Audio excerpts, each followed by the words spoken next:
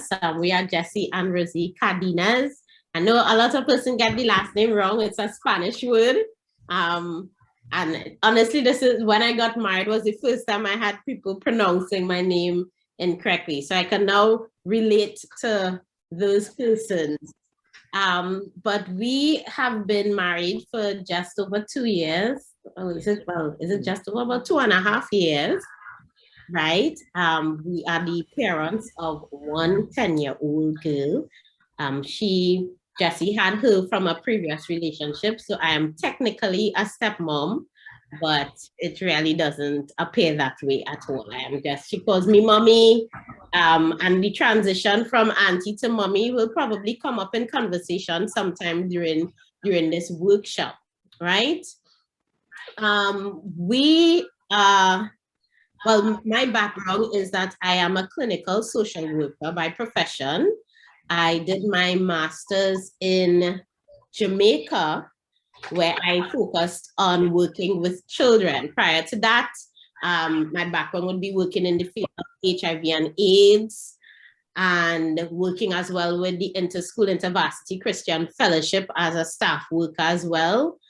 And it is actually through ISIVCF that Jesse and I would have first met each other.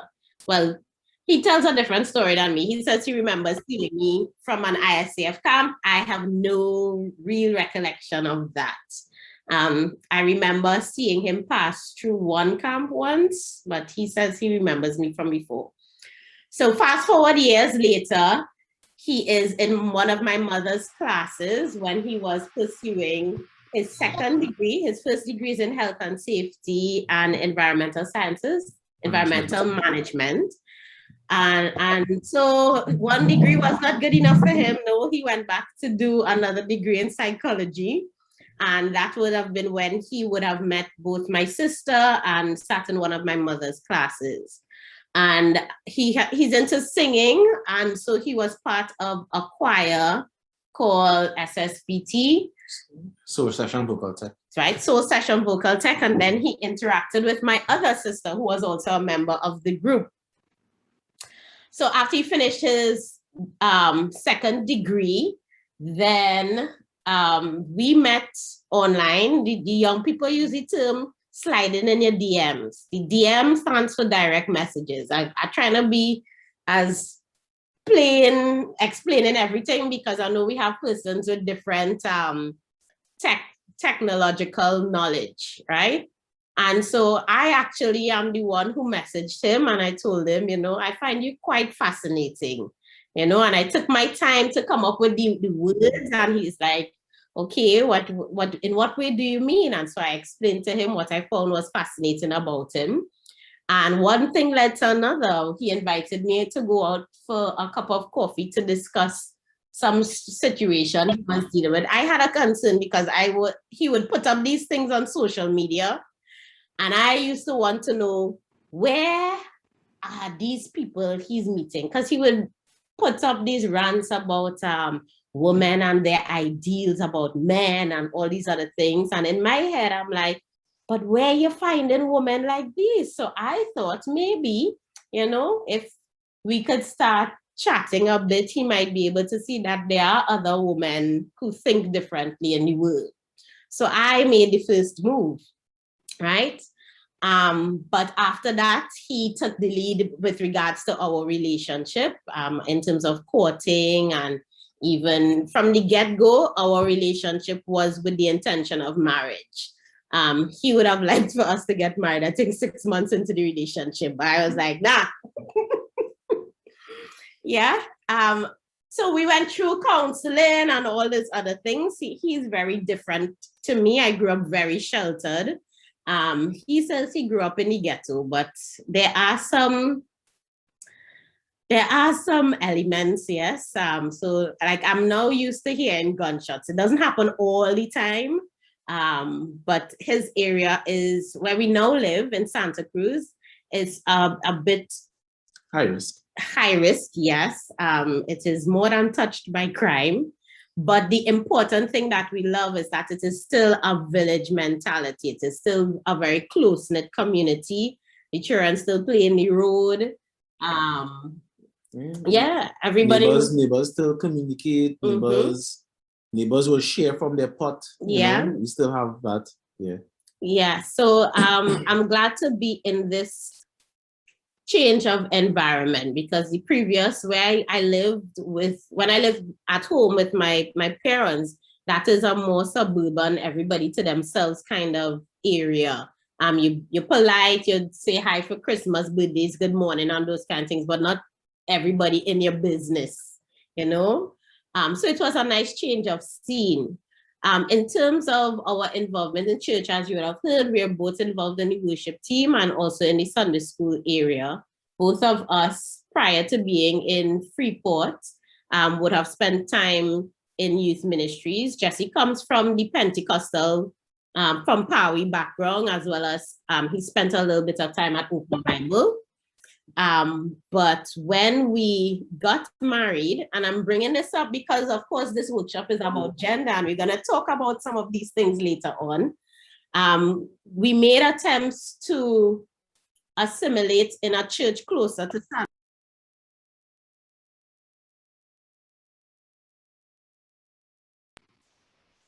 Yes, we made an attempt to stay in, to go into a church closer to Santa Cruz.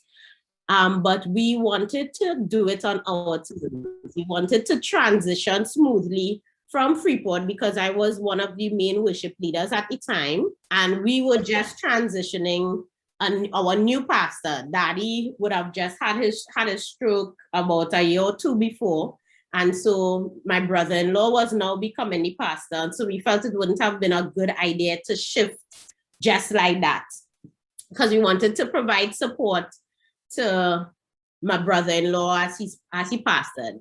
Similarly, Jesse now in that church, he and I were teaching a young adult Sunday school class. And so the relationships, we had bonded with the young people. We also didn't want to just cut and leave. So the idea we had was that we would go to either church every other Sunday to provide support as needed, or go to Sunday school in one church and then skating time for service at Freeport, right? The whole idea really was to spend some time to see where we as a couple would ideally fit, and to make the transition as smooth as possible.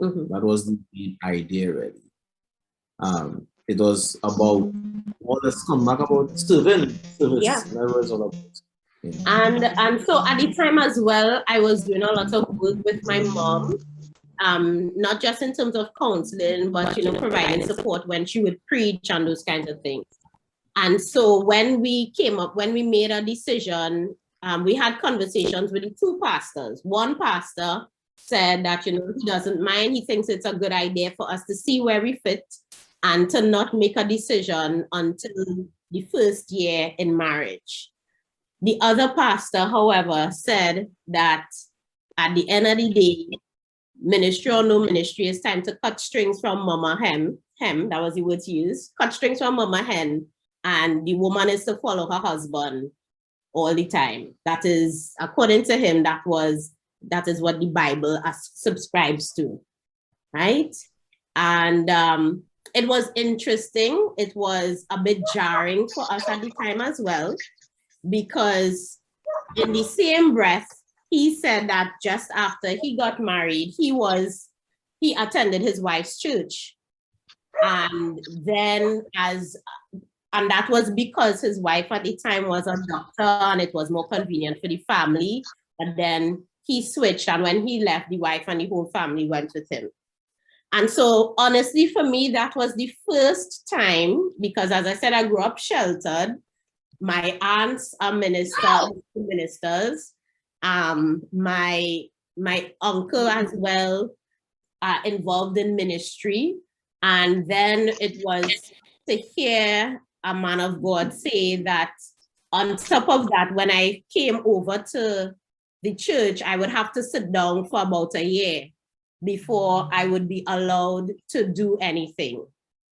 But those were not the rules that were handed over to my husband.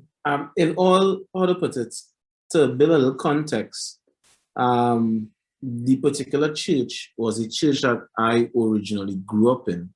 So there were a lot of leaders who already knew me, but they didn't know her, but they knew her relatives. Yeah, but we didn't advertise but we that. didn't advertise who her relatives were, and we did that deliberately. Right. So we prayed about it. We talked again to our elders, and we were advised and we felt peace about not going by that other church. And so that's how we have settled at Freeport, which for some persons is strange. But at the end of the day, if your heart is for service, now, honestly, even though at first I was hurt and, taken by surprise about the pastor's position, if that was the decision that was going to be in the best interest of the family, I think I would have begrudgingly complied. But, and we'll talk a little bit about that. And as we get into the gender dynamics and the gender parts when it comes to how we view gender in the 21st century church, and what is your position and when it comes to gender. Some of the things that I know, I'm aware that not everyone on this group is from the Wesleyan Church, but we'll also be exploring some of the position statements made by the International Wesleyan Church when it comes to gender and women in ministry. And at the end of the day, I want you to know that I will not be telling you what to think, what to believe. My job as a facilitator is to provide you with information. And once you get that information, then you go to Daddy God, you go to the scripture. Yes, we will be discussing scripture and the decisions you make when it comes to how you interact with your family, the decisions you make when it comes to how you lead your family, that ultimately is between you and God, because at the end of the day, it is God that we are accountable to, right? So moving quickly along, this course is designed in 3 modules to be delivered in 3 modules. Module 1 looks at the stuff related specifically to mentorship, and we'll be covering that over weeks 1 and weeks 2. Module 2 looks at the specific gender-related issues.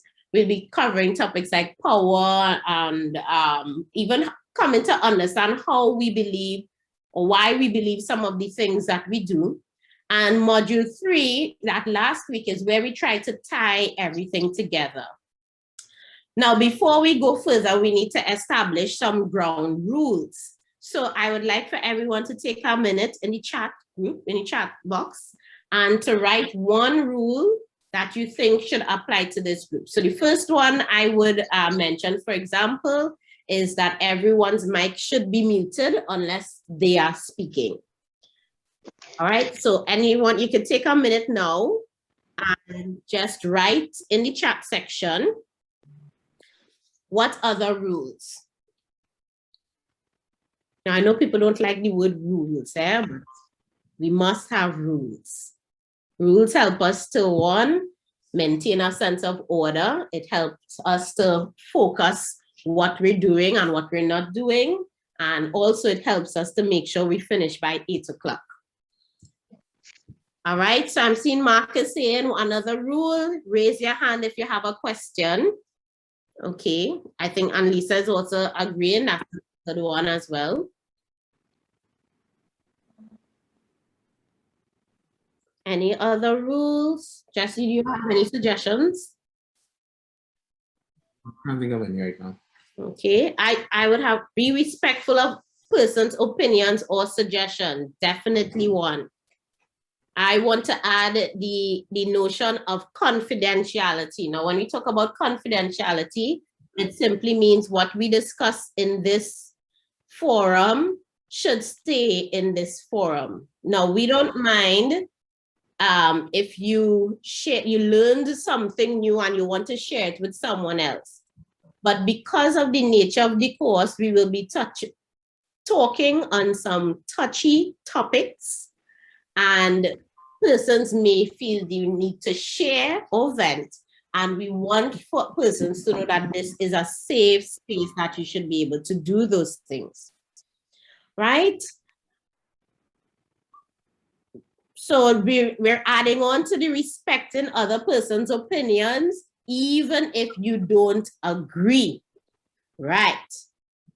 So someone is also saying use an appropriate picture for your screensaver on Zoom, right? Or your profile picture. We also would like for persons whose name, if you could have your real name, so it's not Galaxy or iPhone, whatever.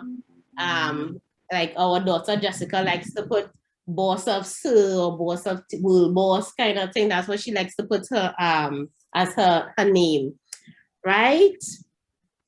So the last thing that I want for you, can we also make a commitment to come on time? Once we log in on time, we can start on time. Well, we will start on time whether you are here or not. But once we commit to be present, I don't want you to miss anything, right?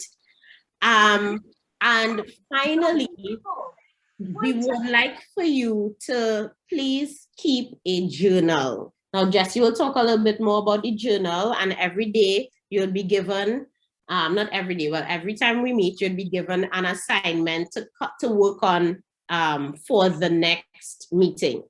So you will need to have something to write with. Even though we might give you information, there are activities that require you to write. And finally, we're okay if you eat your drink, as long as it is not distracting to the others in the group. So without me going any further, I hope you all can see the screen.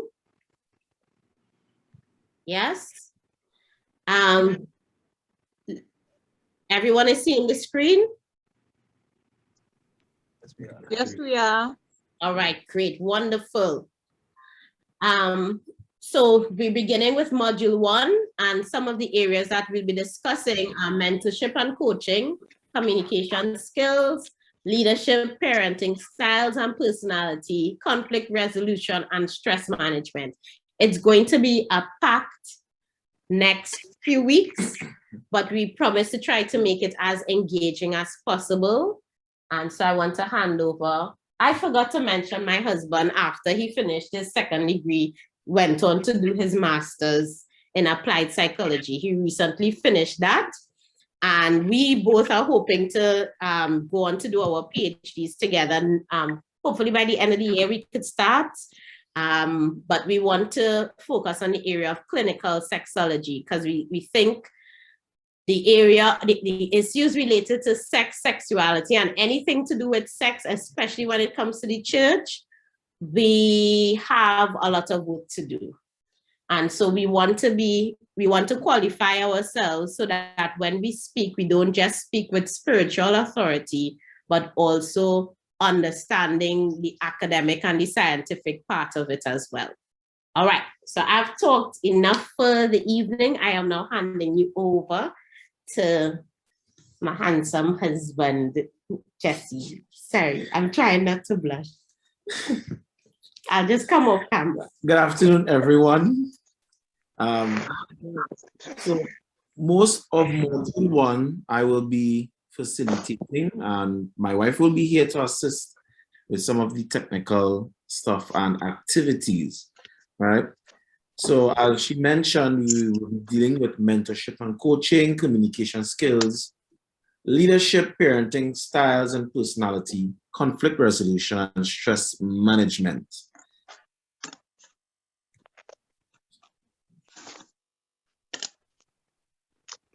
Right, so before we get into what is mentorship, personally, I believe mentorship is a very important element in anyone's life. Now, this is me speaking from a male's perspective. I can tell you that a lot of the achievements I would have had, the experiences I would have gained, and probably doors that will open and maybe some of the doors that were shut, if it wasn't for having effective mentors in my life, I think where I'm at now probably would have been a totally different place. From an early age, I recognize, now I grew up with my parents, but at an early age, I recognized that there were certain things that my own father could not teach me. And that means I had to seek out someone else to learn some other skills. And well, thankfully, that there were certain men in the church at the time. Many times in conversation, you would hear me refer to particular mentors I had throughout my teenage years. One being a pastor I had, another being the youth leader that I had back then. Also, I found myself in a job that strives on mentorship. I'm a firefighter by profession.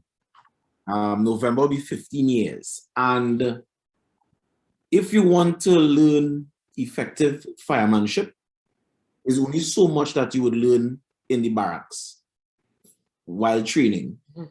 The rest you learn on the go, and you need the senior men to act as mentors to guide the juniors. I remember having a senior firefighter have me stand up in the corner while he's battling the blaze, and he was showing me certain behavioral things of the situation that was taking place, how the fire was moving, how it was spreading. And he did all that before he handed me the branch to allow me to throw some water. What is branch? Well, when my first asking what is branch, you know the pipe connected to the end of the hose, that is the branch. So I've been involved in a mentorship type of relationship from young. Even now, I find myself doing some mentorship informally, and for me personally, I strive on informal. Of late, I've been on a health and fitness drive. It started off with my wife and I in our own apartment, and now it has grown to include a couple of young men from the areas, including my brother and other relatives. And I believe by next week, more persons may end up joining that group. So now we have to look at taking that activity from outside the apartment into the yard or on the road full time, due to the amount of persons that are showing interest to be a part of it. So I said all that to mention that I am no stranger to this whole relationship that is called mentorship. So before we get into the actual lesson, there's a video I would like for you all to view, and we will discuss the video a bit.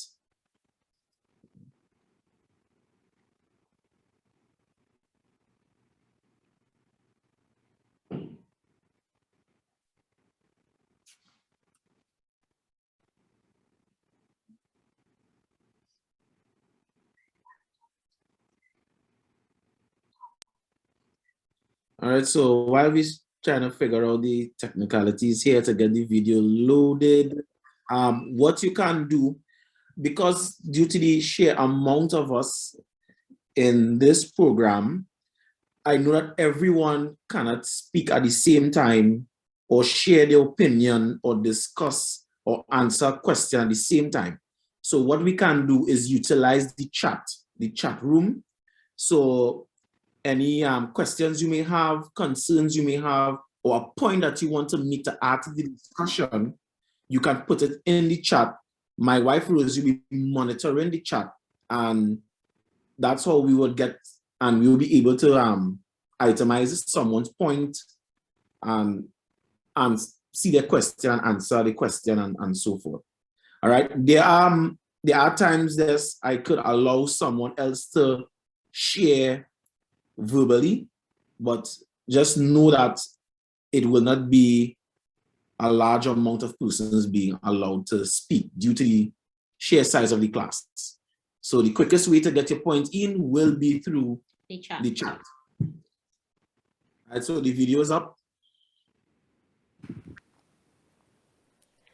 Have you ever worked really hard for something that you wanted really bad, and once you had it, you weren't sure how you were going to be able to maintain that?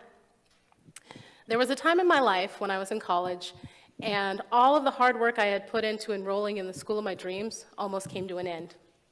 A pivotal moment that changed my future and the path that I was on.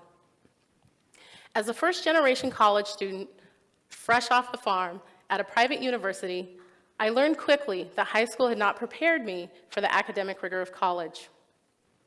I struggled in my first year, taking classes toward a career in the sciences that I had convinced myself I was ready for.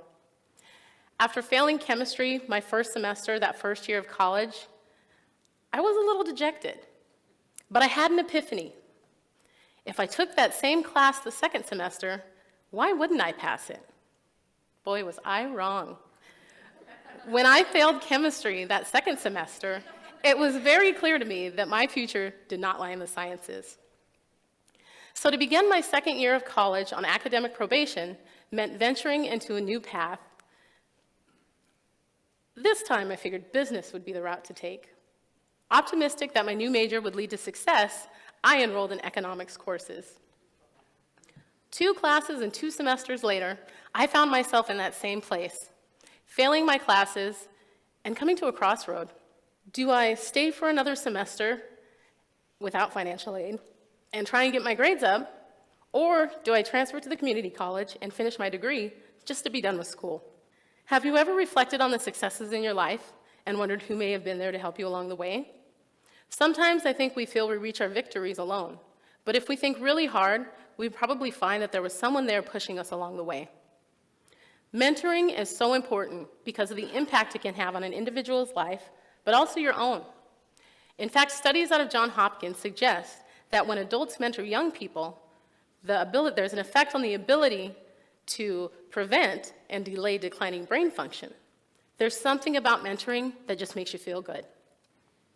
Now, you can be an intentional mentor, meaning that you seek out opportunities to help others grow, or perhaps you fall into the unintentional mentoring category, being a mentor and not even knowing it. I've had many mentors in my life, both professionally and personally, mostly intentional, others not. But think about that. Have you ever mentored someone and not even realized it?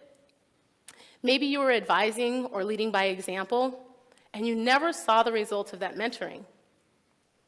I've learned along the years that our actions and our behaviors give us mentoring qualities, but you don't have to be old to mentor. Young people can mentor too. Some of my favorite moments have been when I've been able to connect with students that have impacted my life and realize that something in our passing helped them grow and succeed. I love reconnecting with those students after the years have gone by and learning that our relationship impacted their future. Now, I don't want you to confuse mentoring with being a role model. Role models can also lead by example. But as we've seen in the media, role models can go from good to bad. Mentors have the ability to lead in just about every situation. So when I came to that crossroad in college, when I had to choose between staying and going, it was my work study supervisor, Darlene, and her husband, Rich, who mentored me. They helped me see what I couldn't see in myself. I clearly remember that night in their dining room talking about my options. They gave me the tools to make the right decision. All along I had possessed these tools. I just didn't know how to use them. I'm not sure if they realized how much their mentoring changed my life, but it's given me many opportunities to give back and help others utilize their tools on their journeys to success. I came back junior year with a new focus. I found my passion in serving others and a curiosity for learning of other people and other cultures. I majored in sociology, and I had a way better GPA when I graduated from college. My true passion. I continued on to get my master's in educational leadership and look forward to pursuing my doctorate very soon. One day of mentoring can change one life forever. Be that mentor.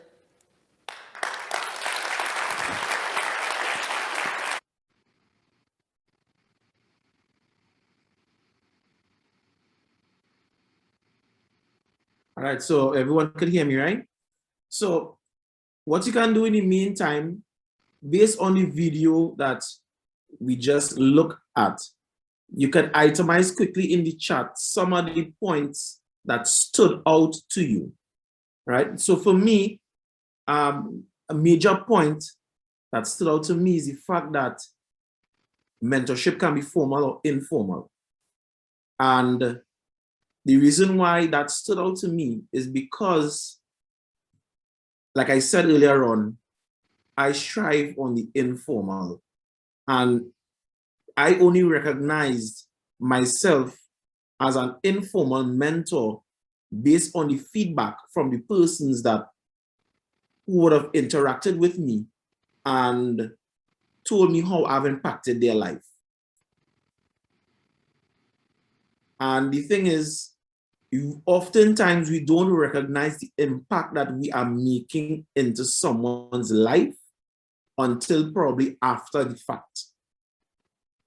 So there's a junior firefighter I went to college with, and every time he sees me, he greets very excited, very open arms, and he's like, dude, if it wasn't for you, I would not be in this job. And when I asked him why, he explained how the process that he went through to get in and a challenge that he had. And because he communicated with me concerning the challenge, I was able to shoot a WhatsApp message to someone. And apparently that situation cleared up, was able to clear up, and now he was in the job. So he accredits that intervention as to why he is his position now. And he looks at the fact that I was able to serve without a second guess or a second thought, without any grudges. He looked at that and he said that is something that he wanted to embody, to emulate, to reflect. You know, I could give you countless stories of persons who would have come and told me of things that how I would have, my interaction with them, how it impacted them and created change in their thinking or in their life.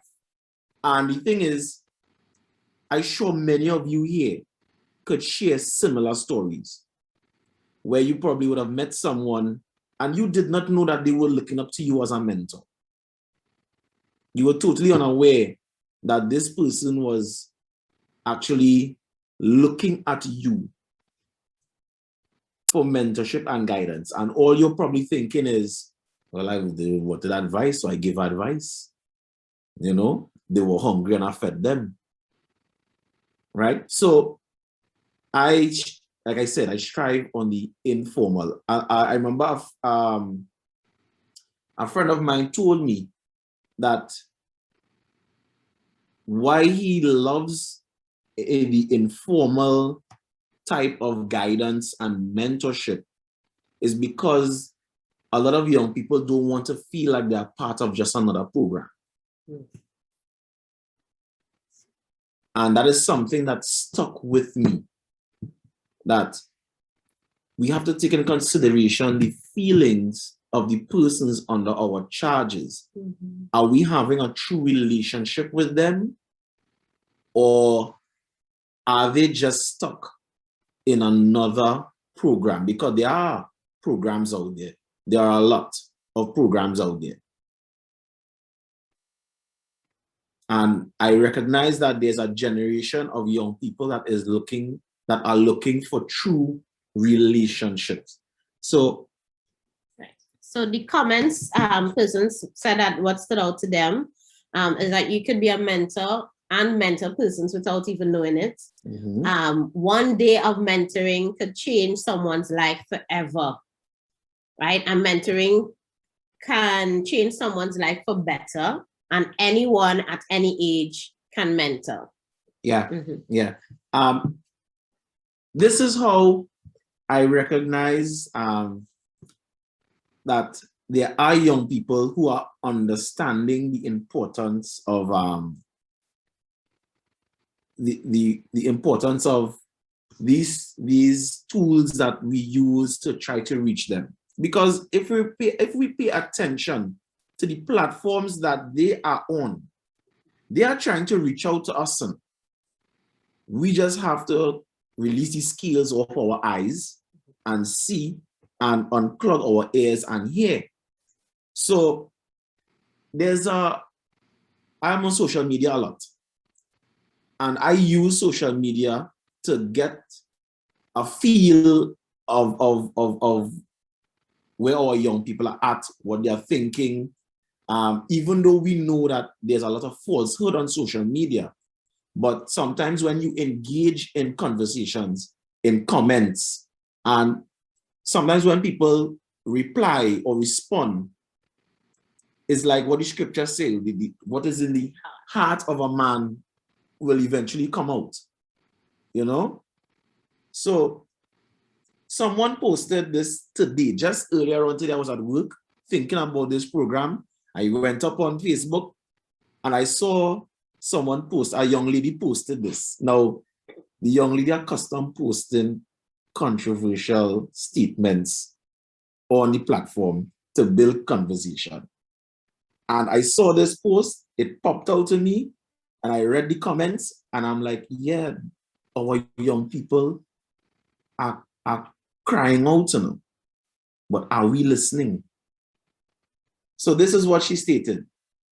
Ladies, a lot of these broken men don't necessarily need a girlfriend or wife to hold them down. What they really need are father figures, mentors, and therapists. And that statement caused a whole lot of discussion on her page. And quite frankly, I agree with the statement. You see, a lot of the times we think that because Hollywood or society tells us when we were young, this is what we need, this is what your life should look like. You're a 15-year-old, but you should have a girlfriend or a boyfriend by then. And that will make you a whole person. But really and truly, if we look at a deeper level, what our young people really need are mentors. They need persons from the previous generation who can reach out to them, hold their hand, and provide guidance. Maybe lift them up sometimes and walk with them. I remember. Before you go forward, so Karen actually is interested. She would like to know what the men think about that statement. Do we have time to? Okay, well, to from some of the men who commented on that statement, some of them were in agreement with her. There was some in denial, but there were some other controversial statements that she made in the comment that I don't want to get into, because it could derail, it would segue too much from what we really here to deal with. But the whole point is that our young people, they are calling out. They are calling out. We have to be wise enough to do what we need to do to reach to them. I remember when I was a teenager, I would often hear the term generational gap. That's a term that was banded around left or right. The generational gap, and everybody talking about how to bridge the generational gap. We, being the more experienced persons, need to be the ones to bridge that generational gap.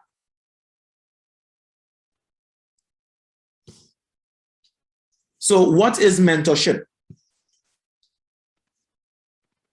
Mentorship, the relationship between two or more people whereby the person with more experience, knowledge, and connections, the mentor passes along what he or she has learned to a more junior individual or persons, the mentee or mentees. The influence, guidance, or direction given by a mentor influences personal and professional growth of a mentee. Mentorship consists of a long-term relationship focused on supporting growth and development of the mentee. The mentor becomes a source of wisdom, teaching, and support, but not someone who observes and advises on specific actions or behavioral changes in daily work or activities. Now, let's look at the underlined words and terms and discuss these words a bit. So, relationship. Let's look at relationship. Taking into consideration here on the topic of mentorship, and you hear the word relationship, you can quickly type in the chat what you think that has to deal with mentorship, or what you think is the true essence, or what it is that trying to capture here with the use of that word relationship. All right. I will open the mic for one or two persons to air their views at the same time. All right. So, who? I see someone hands up. Someone. Donnie. Yeah, you could go ahead. Donnie Stewart.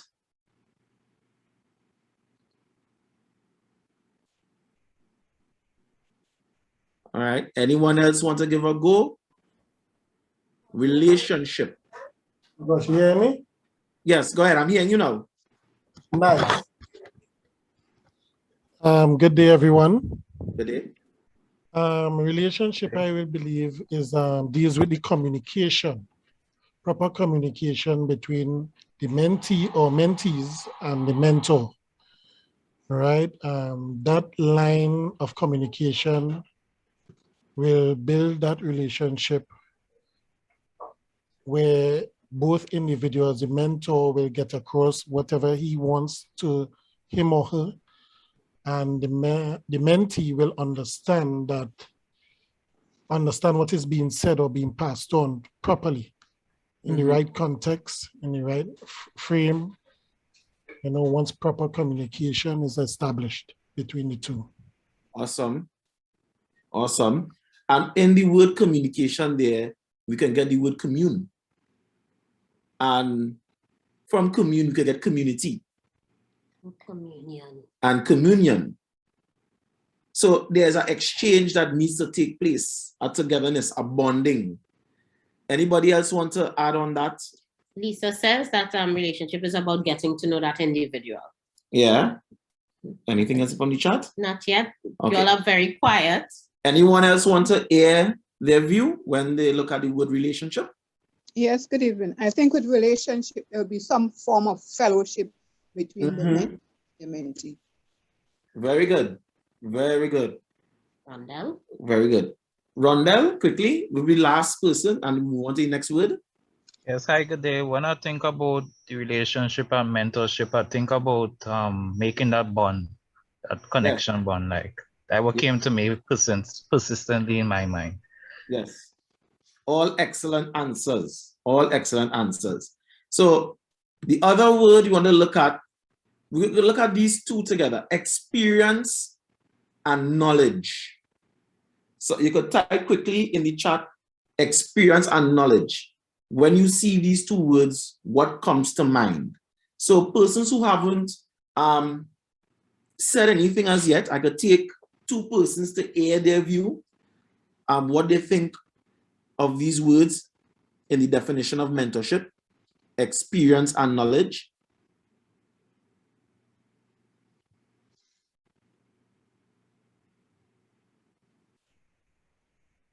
Anybody want to share?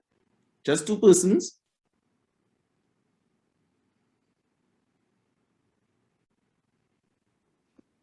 Okay.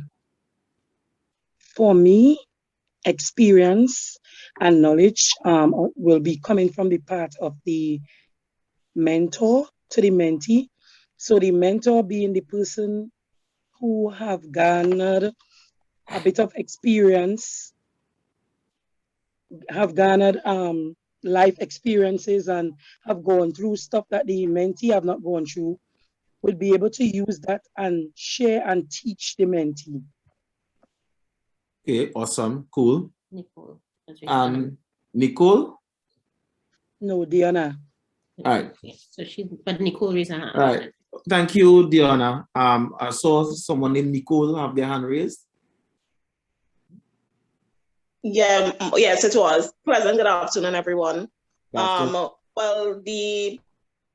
before kind of took the idea, but I was making a point that some of our experience helps other persons as they go through, or gives us the knowledge to deal with situations that may arise with other individuals. So it's your experience give us knowledge so that it would assist others. So that's where I was coming from. Awesome, awesome. And quickly, I saw Donnie and Crystal. I would take both of you quickly and then we'll move on. Right, so good night again. Good night. Experience in this factor will be dealing with the mentor, experience and knowledge. And I believe the mentor must be knowledgeable, meaning that they must engage themselves to either courses or whatever has to be done, whatever they're putting out there. They must know their line of work to the extent where they can put it over in the simplest form so that the mentee can understand what is to be done. Experience comes where the mentor now can pick up certain behavioral patterns along that line. You know, that will give them a little edge, a little nod on a mentee maybe behaving in a certain manner, and they can pick it up with the normal eye than a normal person who will not be able to pick it up. And experience gives you a lot of, you know, a lot of, how to put it, well, they work hand in hand, I should say, experience and knowledge. Yeah. Mr. Donnie, when I was in training student fire service, I had an instructor. Every time someone gives a response that he truly loved, he always used to say, go to the class. Right, so and the other person was Crystal, and then we'll go to the chat. All right. Hi, good night. Thank you very much. When I think about experience and knowledge, I think about bringing hope into a situation that seems so hopeless many times, you know. Sometimes the individual may be in a situation and they see the situation as being so hopeless, there's no way to come out of it. And then here you come with your experience and your life experiences. It could be real experiences. And you say, hold on, but I've been through a particular situation and this is how I came out of it and this is how I excelled, you know. And then they're like, oh, okay, well, I didn't even think about it that way. And then they think, okay, well, if you can do it, then I can do it too, you know. So it just brings hope into the situation. And many times as a mentor, that is what we do. You know, we give hope to individuals. Awesome. True. In the chat. All right, so the chat, we getting feedback. Persons are generally saying that experience and knowledge is connected. So your experience, when you face experiences, the things you learn from the experience is the knowledge, and that is what you can share with other persons. So someone is saying that person has been through something and they share that knowledge, and knowledge is what you have gathered from your experiences. Yeah, and all the responses were wonderful, were really wonderful. The thing is, both go hand in hand. I could draw back from my time in the fire service. We would go to training school, we would gain knowledge. But it's when you go on the lines and you go to a call, that is where the experience comes. And learning from the senior firefighters, they are bringing additional knowledge based from their experience. And then sometimes you learn to do things one way based on the drill book. But then you encounter a situation where you realize, based on the experience I've had before, I will learn that not everything in the drill book may be applied in the way that it is outlined in the drill book. So I may have to tweak it a bit. I may have to bend it a bit.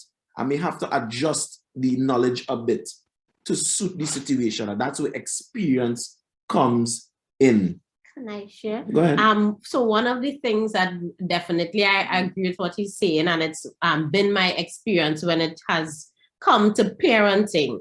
So being a clinical social worker, you spend how much years in school learning about children, you're counseling other children who going through all kinds of trauma, and then bam, you get married and you have a 8-year-old on your hands. And that for me was a major textbook versus reality. And when it comes to raising our daughter and discipline and those kinds of things, I have had to lean on his experience a lot, because even though I have the knowledge, and a lot of the knowledge I share, and even my experiences are within a particular context, he has spent 8 years with her. So when it comes to decision making, very often, especially in these first few years of marriage, I rely heavily on his experience. So definitely I could attest to that. And we want to move on to the other word, connections. So the definition says that the mentor needs to have connections. So I want some other folks to respond. We'll just take about 2 and then we'll go to the chat. All right. Connection. When you look at the word connections, what do you think?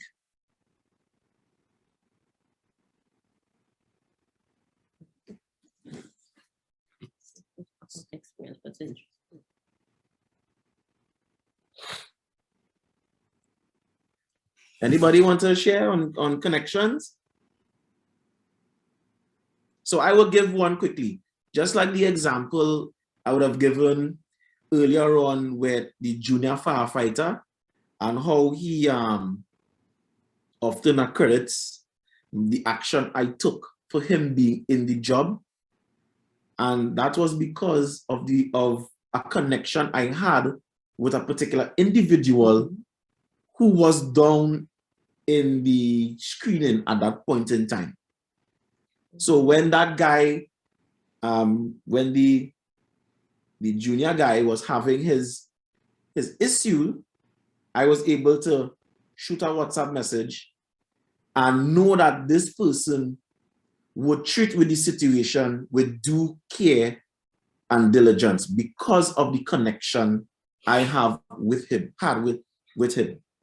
So sometimes as mentors is more than just giving good advice. Sometimes it may mean putting on your mentee onto the right persons, connecting them to other people who could help them along. Anybody want to jump in on anything on that? In the chat here, someone says connection is the bond between 2 persons. Yes, we could look at it from that angle as well. Yes, you build connection through communication, which is true, right? And the other, well, I'm going to move along. The other word being junior, right? So in the mentorship relationship, we recognize that there is someone senior and there is someone junior. And oftentimes it is the person who is senior, and senior doesn't necessarily mean in age, but senior could come in various forms: senior in experience, senior in knowledge, right? You're dealing with a junior person, a person who may lack the experience, lack the knowledge. So again, using my firefighting background, and you would hear me use it a lot because again, our culture in the service, mentorship is part of it, right? So we had a few batches passed out a few years ago. And I remember at the time I was 33 when one of these batches came out. And persons who came on shift with me were 35.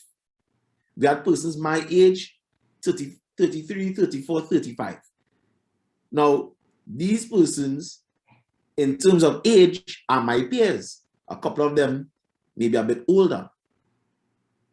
But when it comes to the job, I am the senior person. They are the junior person. I am the one with the knowledge and the experience. They have some knowledge based on what they would have gained in training school. So it was the mentorship relationship that would have taken place there was not based on my age, me being older than them. It was based on the knowledge and the experience I have in the job to guide these junior firefighters. So this is what like we have mentioned in from the video, what we mentioned in the video is that anybody at any age could be a mentor. And you mentoring someone doesn't necessarily have to be someone younger than you. It could be someone your same age, it could be someone senior you in age. All right? So another underline, I'm looking at the time, and in interest of time, I know we won't be able to nitpick every single underlined word, right? So I want to look at wisdom, teaching, and support. All right? Wisdom, teaching, and support. So, Lois, right? You have your hand raised. You wanted to mention something? It was concerning the connection. It was raised before, sorry. Okay. Good. It was concerning the connection. I just wanted to find out something. I know in mentorship that trust and respect must be a part of the relationship. Yes. How does a mentor pass on? Because you just said connection, so I may have a connection with someone who may better assist the mentee. How do I then pass on that trust or help the mentee to know you can also trust this person to deal with the issue because they can now deal with it better than I can? Oh, there are two ways that I can think of. One, persons can trust, well, it's trust to an extent other persons based on the nature of the relationship with the person who's recommending them. So if I know, so for example, if your mother recommends a chef to me, I will know that had to be a good chef because I have a certain amount of trust in your mother's ability to cook, right? But also one of the ways that we do recommend is that the mentor walks along with the mentee while that connection is being made. You could send somebody down the road to meet somebody, but you could also go with them. So the nature of your relationship with your mentee ultimately is going to determine whether your mentee has that level of trust in your connections.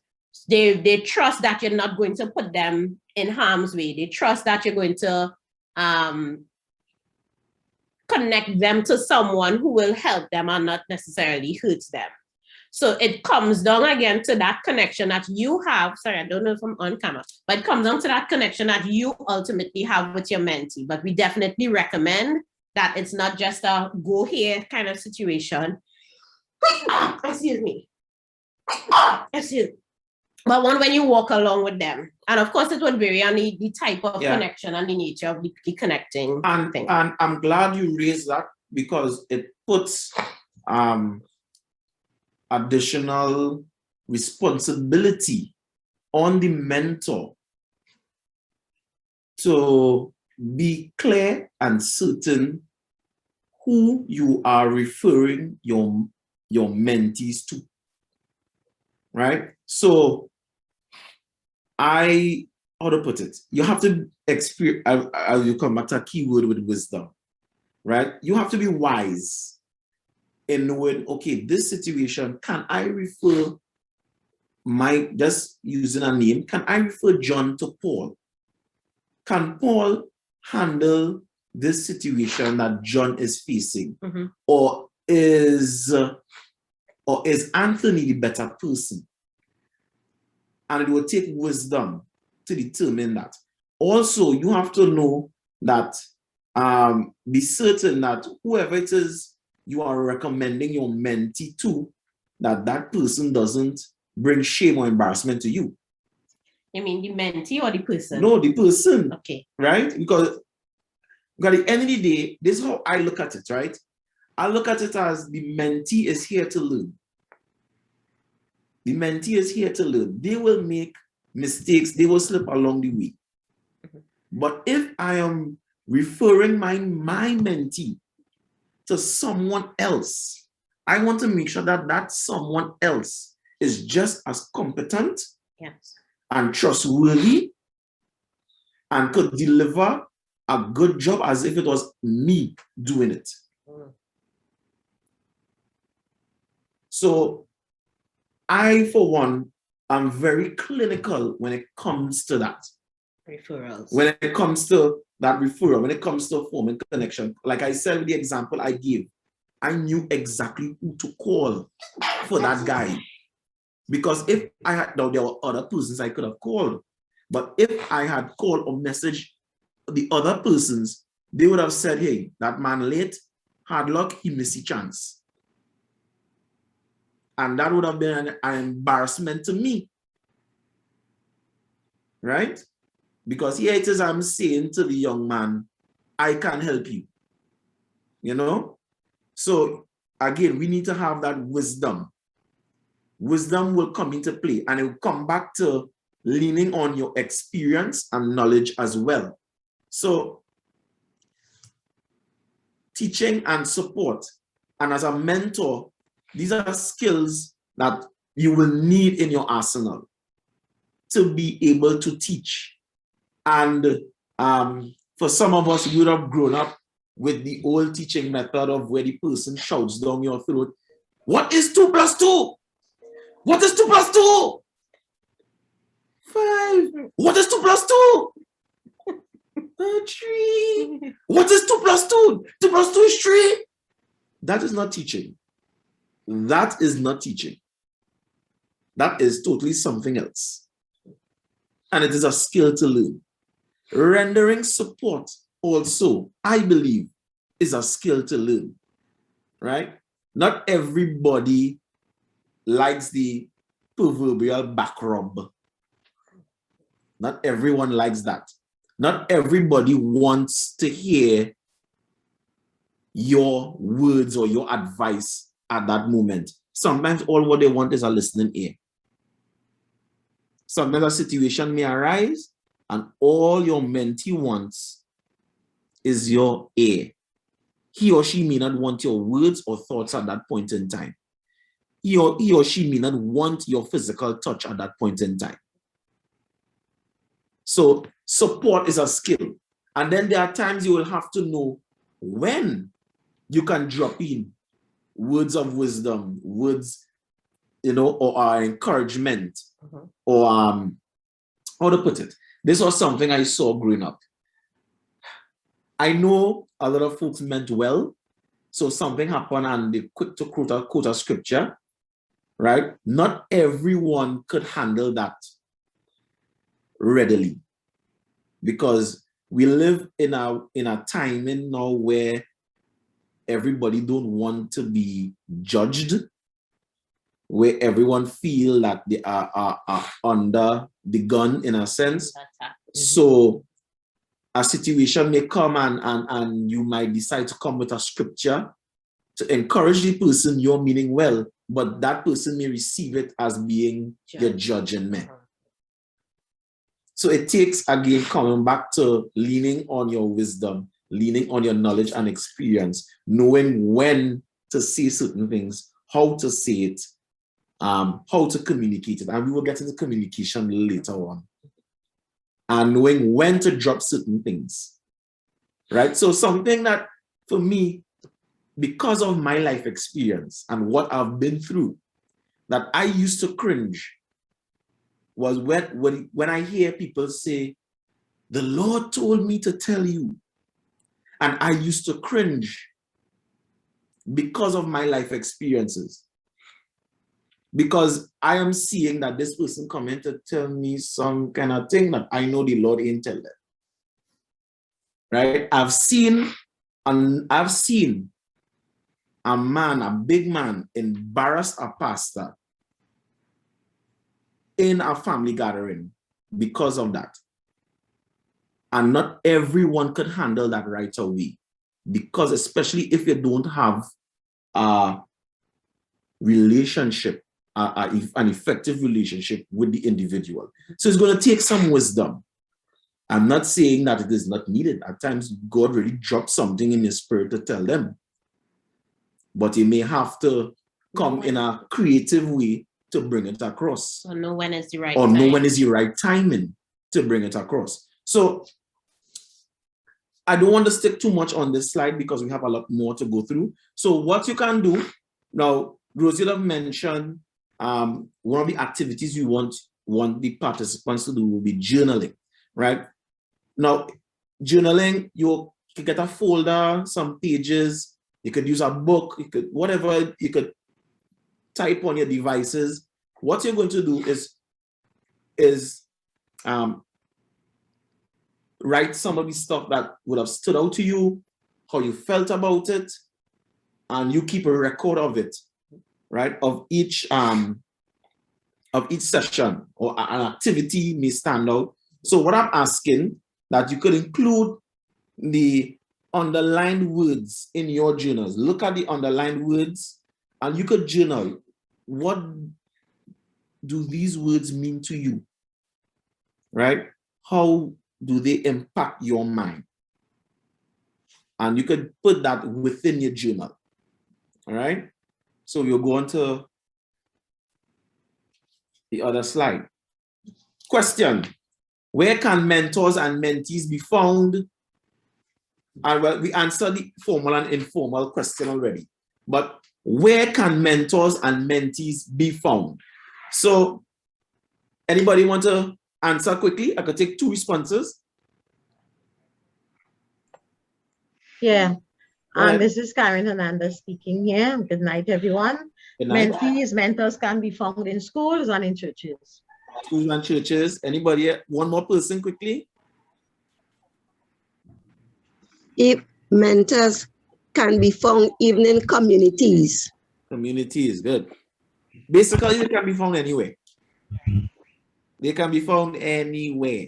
And sometimes you might find a mentor or a mentee in the least likely of places. Right? So they can be found anywhere. It's all about keeping your mind and heart open and easy. Easy peasy, lemon squeezy.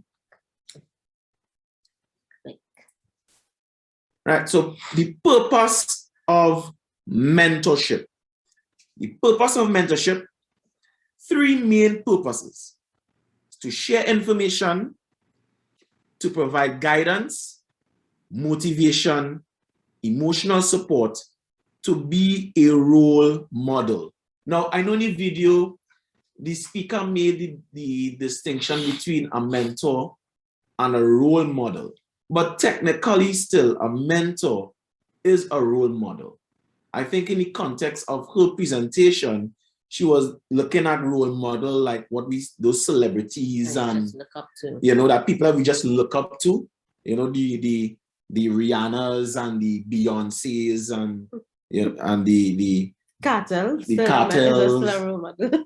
And yeah, no, Vybz Cartel is a role model. It's just that role model could be positive or negative. Right? You could look at the sports personalities, your Kyron Pollard, your Chris Gales, you know. But you as a mentor, you are a role model, right? Mentors help with career exploration, goal setting, and you'll see SMART in bracket. I'll get to that just now. Contacts development, and identifying resources. So, career exploration. Now, I know that this program is really tailored to deal with gender issues. However, when you are dealing with young people, especially our teens, the question eventually will come up. What do you think I should do? What job do you think? Or we think about the police service. I want to join the police service. Or what do you think about the teaching service? They will ask you because they at that age, they're already thinking about what they want to do with their lives. So as a mentor, be prepared to assist in that area of career exploration. So it may means that you may have some homework to do in building up your knowledge. You mean, and it's okay to tell your mentee, I don't know about this particular career path, but next week we'll talk about it. Let me get a chance to get some information. It is okay to do that. Goal setting. Goal setting. Goals must be smart. It must be specific. It must be measurable. It must be attainable. It must be realistic. And it must be timely. We will get in more into SMART goals a little later on in this presentation. Contacts. Now, remember earlier when I mentioned about connections, right? Someone have their hands up or something? No. Right. I mentioned about connections, contact development, right? So connection, yes, not only with having a bond with the individual, but being able to put them onto the right people, or maybe even teaching them how to network, how to form meaningful relationships with others, and identifying resources.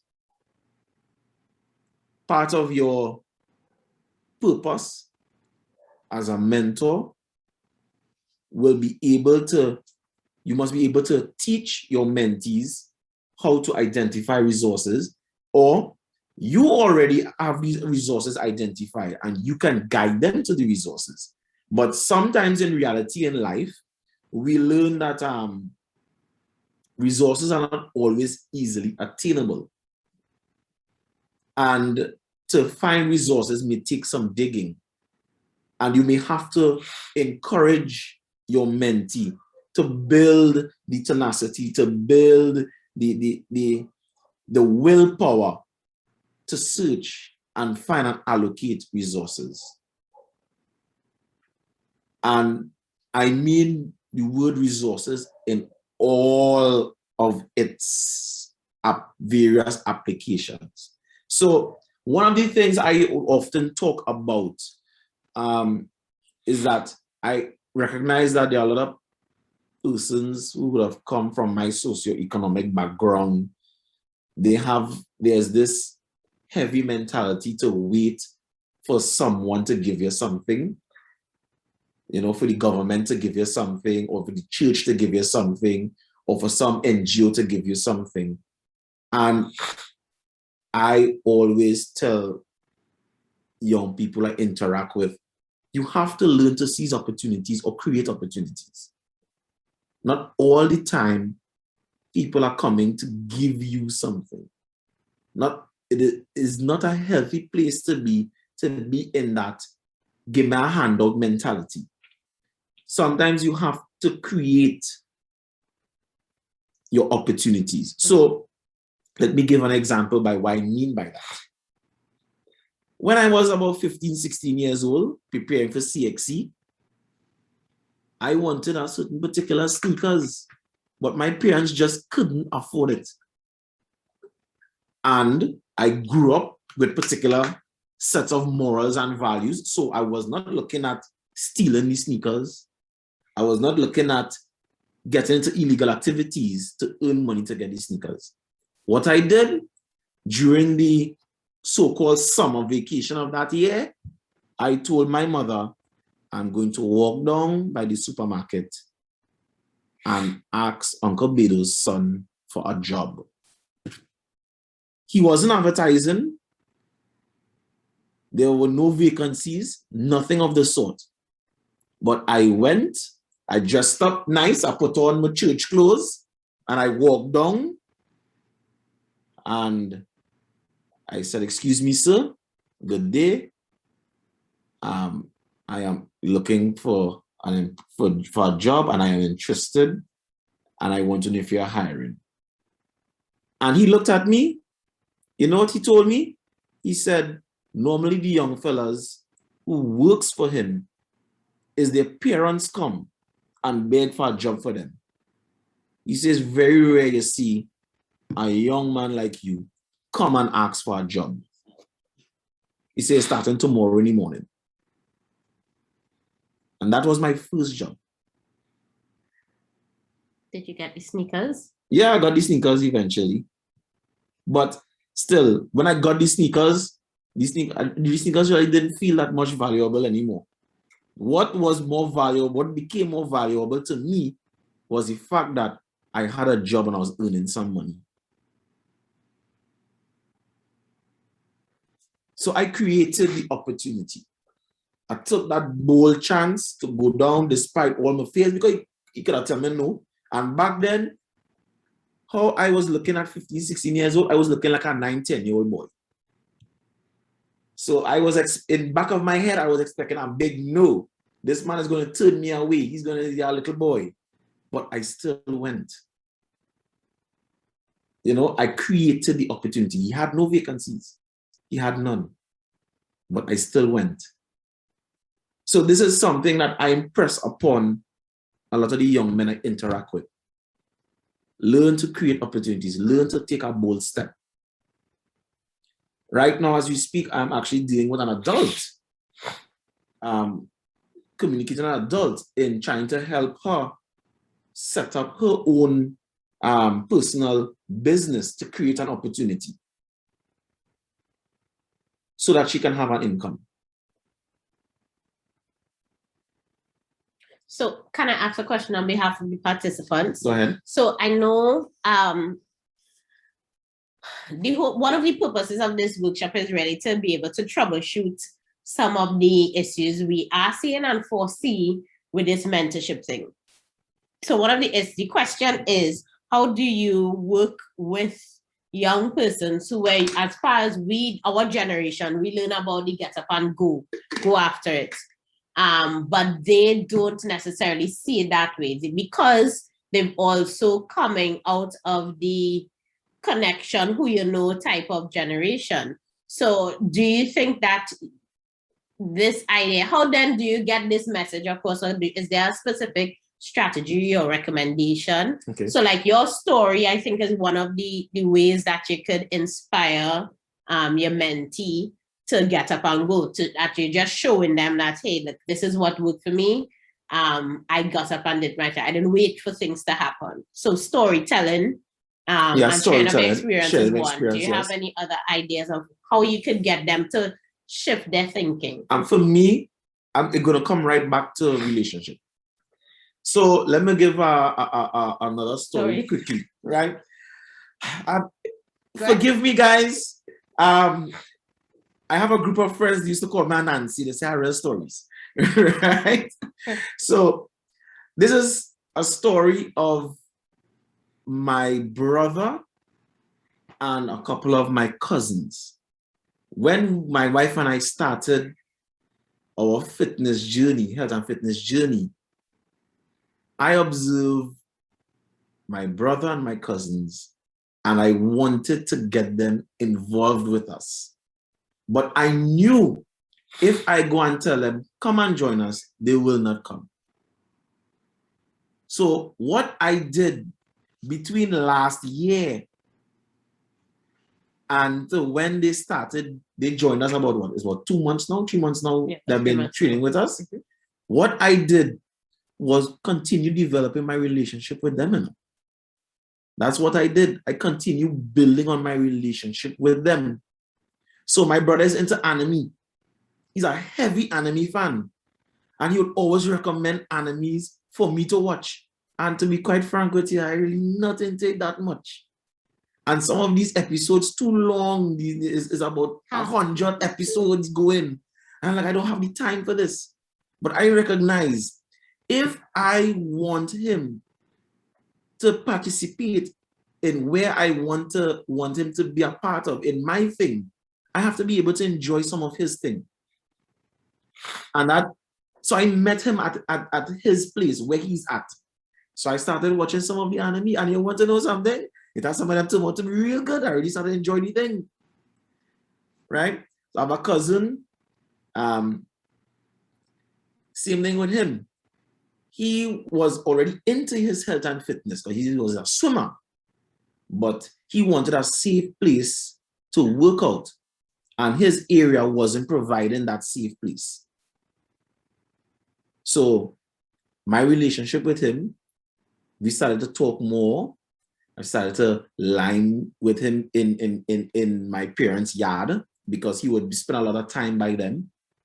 And then eventually I just jump in the question, so why not come and train with us on a morning? Now for him to come and do a workout 7:30 in the morning would have been a great challenge. But because of my relationship with him, I got him to come at times I got him to come at 7 in the morning. You know, take him out of that comfort zone.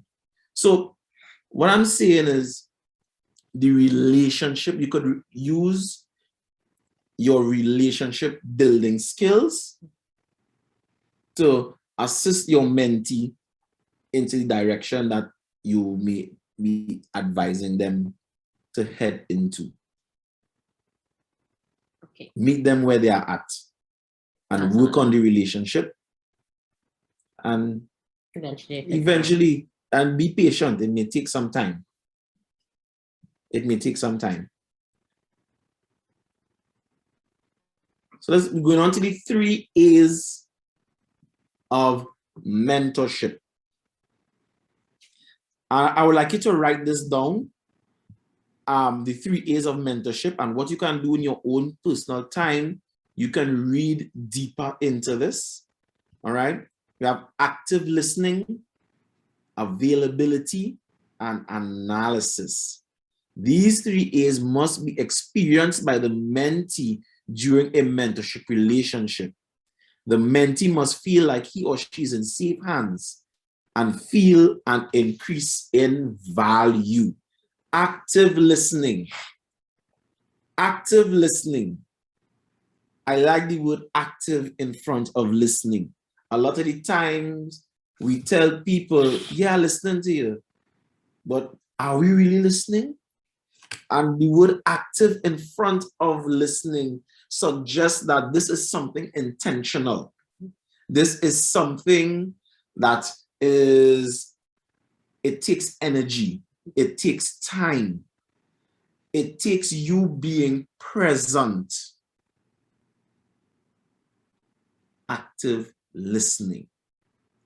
It also means that you not only hear what they are saying, but you also connect with the speaker's feelings, emotions, their body language as well. Sometimes it may even mean listening to what is not being said. That is active listening. It is intentional. It takes time, and it takes energy. So Rosanna is going to lead us in an activity that involves active listening. So before she starts, I remember being involved, growing up in church, being involved in choir, and a listening exercise we would use. Now, I used to sing tenor, and what the choir director would have us do would be to listen to the song at home and see if we can hear the tenor part. Okay. If we can hear the tenors in the choir singing. And that activity we used to use to sharpen our listening skills. So that is just a part of it. Because like I said before, active listening involves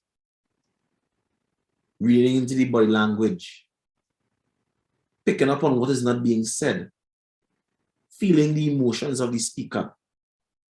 All these are part of it, of active listening. So, Rosanna. All right. So Jesse and I are going to do 2 quick demonstrations of active listening.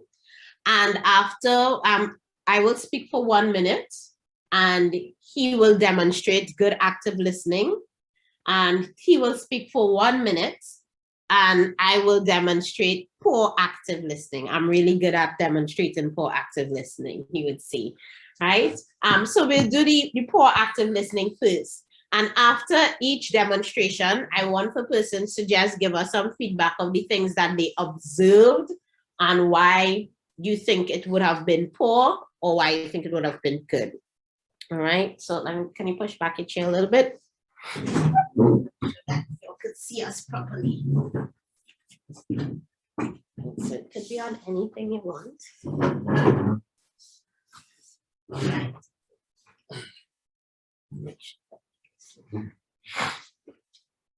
All right, so 1 minute.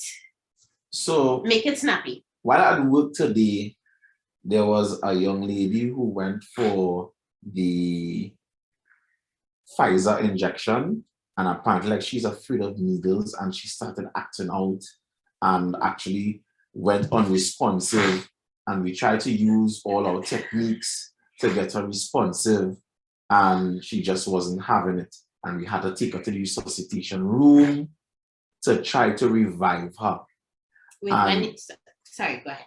And that took some time because it was like getting her, at some point in time, we managed to get her to open her eyes, but she wasn't seeing anything. When you say resuscitator, like you always do mouth to mouth something?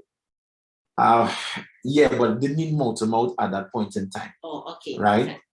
Because at the end of the day, she still had her pulse. But as I was saying, eventually she got her eyes to open. Yeah, find the place cool. Just now, and let me just fix it. Go ahead. I'm listening. Yeah, and when she eyes were open, she wasn't saying anything, and she was trying to communicate with her, and she was trying to use her fingers to communicate. She was trying to say something about the shot, and then she wanted to lie down on the stretcher, and then she wanted to sit back up, and trying to deal with her was very difficult. But I think personally is that she might have a phobia with the needles, and it's not so much that the vaccine is what caused that. It was probably a phobia for the needles, but the professionals had a hard time trying to determine what was really wrong with her.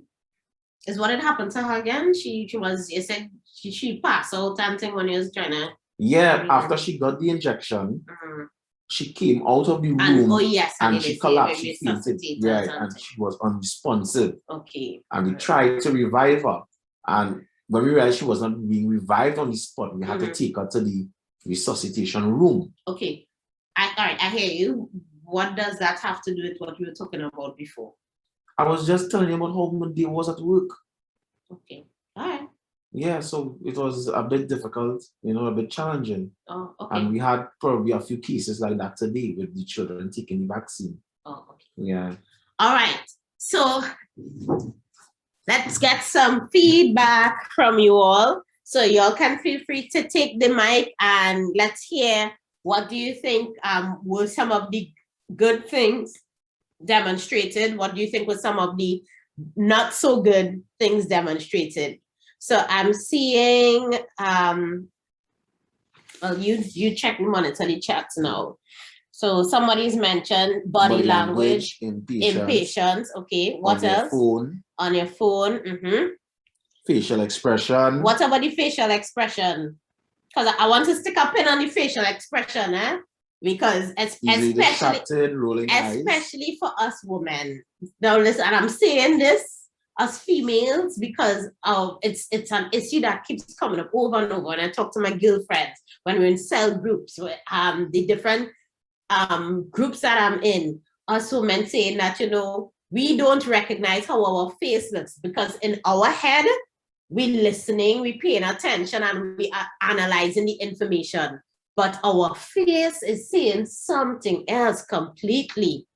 And so it's important for us to be conscious of our facial expression. So you have other things like, go ahead. Interrupting the conversation, changing the topic, lack of eye contact, doing other things, not really listening. Not I like really that listening. Yes.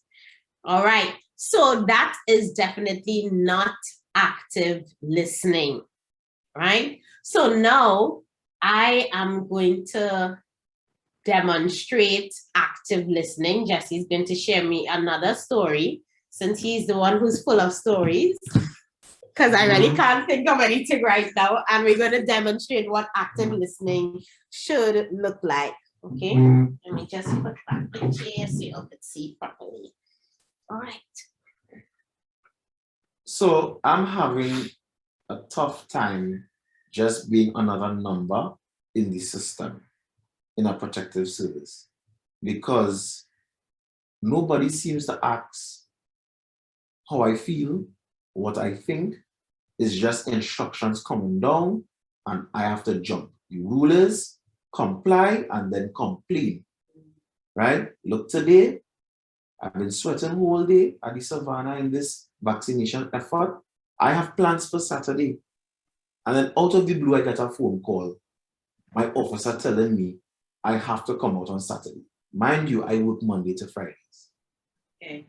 Right? She asks me if I have something planned, or if I have something that I need to get done, or, you know, or even if my plans could be changed, nothing like that. It was just a direct instruction. You know, and at the end of the day, we, as junior officers, are expected to take up the mantle and say, this is the job, we follow the instruction. So this is my issue that I am having with my job, is that instructions are being passed, but there's no real thought into how the instructions are being passed and if the instructions make any kind of sense. Okay, I hear you. It sounds to me like you are very frustrated. Am I right? And is that? Yeah, it is frustrating. It is frustrating. But at the end of the day, sometimes what keeps me going is that this is what I signed up for. I wanted to be in the service. You know, and that is the thought I keep in the back of my head. Okay. All right. So let's get some feedback from you all. You all can feel free to use the mic as well, in addition to the chat. So what do you think was done differently here than the first time? Was there anything done well, and do you think there is room for improvement? Right, so Lisa is saying this is a good demonstration. No, that was from the previous demo. Okay, right, sorry, right. So Donnie, I saw your hand is raised, so you can go ahead and take the mic.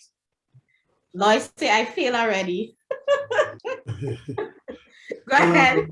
Good work, I must say, on both of your part. It's a complete turnaround from what you all did first. No interruptions, proper eye contact, and also giving advice at the end.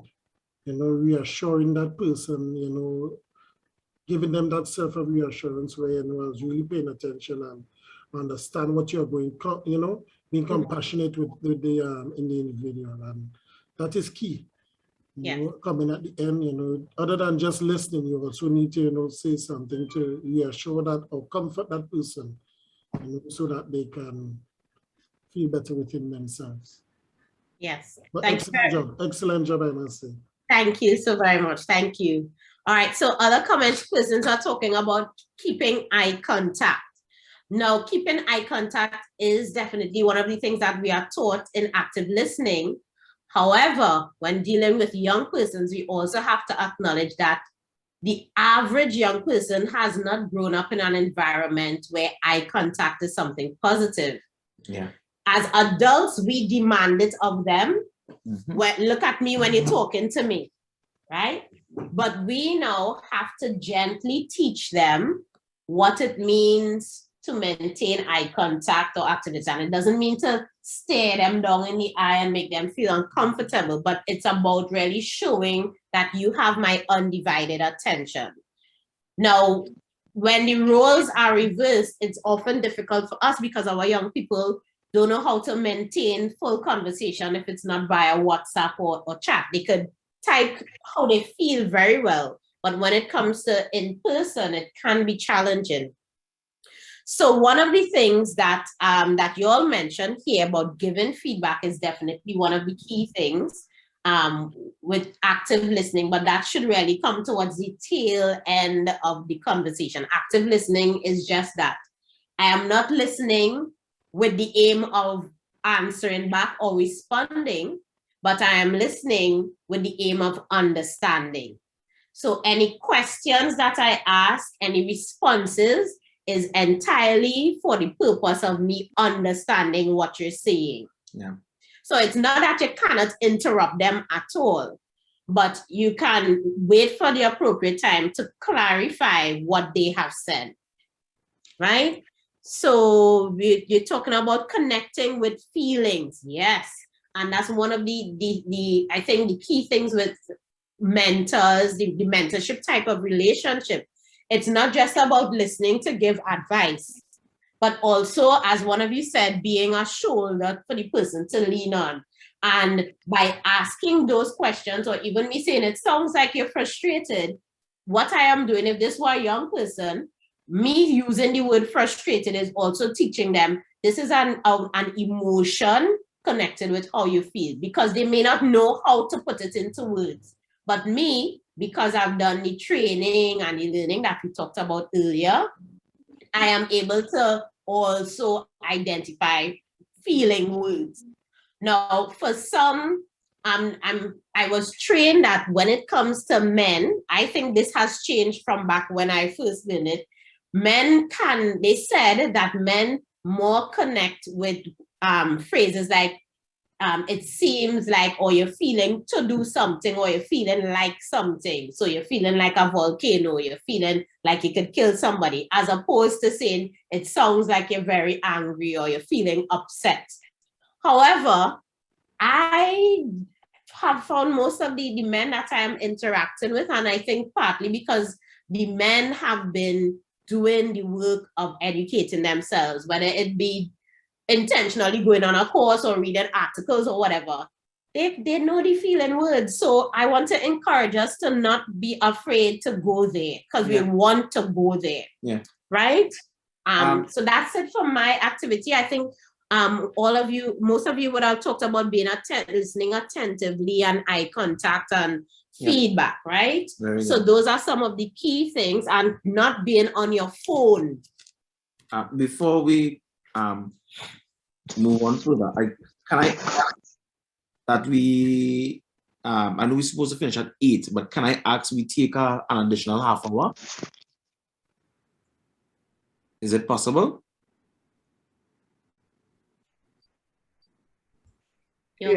On in the chat, we'll go with consensus. There are 54 persons here. Yeah. So if you are in agreement, just raise your hand. If you're not in agreement, you could put your hand down.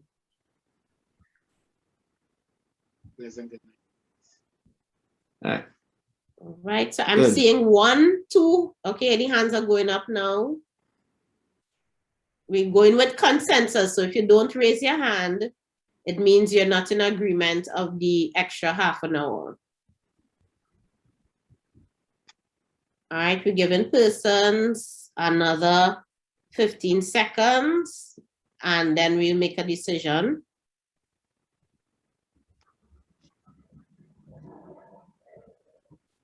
All right.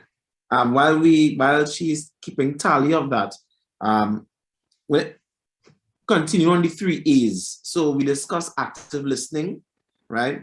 So it involves a tip for active listening is for you, the listener, to stop talking. You may need to guide the conversation at times, and pay attention, offer feedback. And this is where communication skills are important. All right, and part of tonight's presentation was to deal with communication. So if the extra half hour is permitted, we can get in that tonight. Okay, so Right. sorry. So I was also told persons are asking how to raise their hands. You should see, so if you're on your cell phone, you should see the 3 dots called ellipses. If you tap that, you would see more, and you should be able to see the options of the different emojis of how to raise your hands if you don't know how to do it there. If you are on a computer to raise your hand, I can't remember how to do it on the computer. You go to reactions? Yes, go to reactions. That's correct. We don't have that option on. Right. So what do we do? If there are 15 persons who raise their hands and the group has 50, there are 54 persons in chat. 16, which is less than half.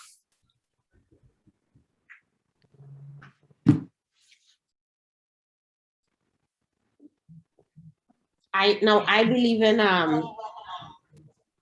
allowing persons their voice. So the numbers are going up. Okay. We need at least a 25 to continue, but we will continue. Well, yeah. When 8 o'clock reaches, we will see how it moves, right? So there's the availability. When we say availability, there are two main forms of being available. You have to be physically available and emotionally available. Now, at the same time, I will advise you as a mentor that you set up flexible boundaries. I don't think you would want to be in a situation where you are home in your bathrobe having coffee and your mentee is at your door. I would not want that.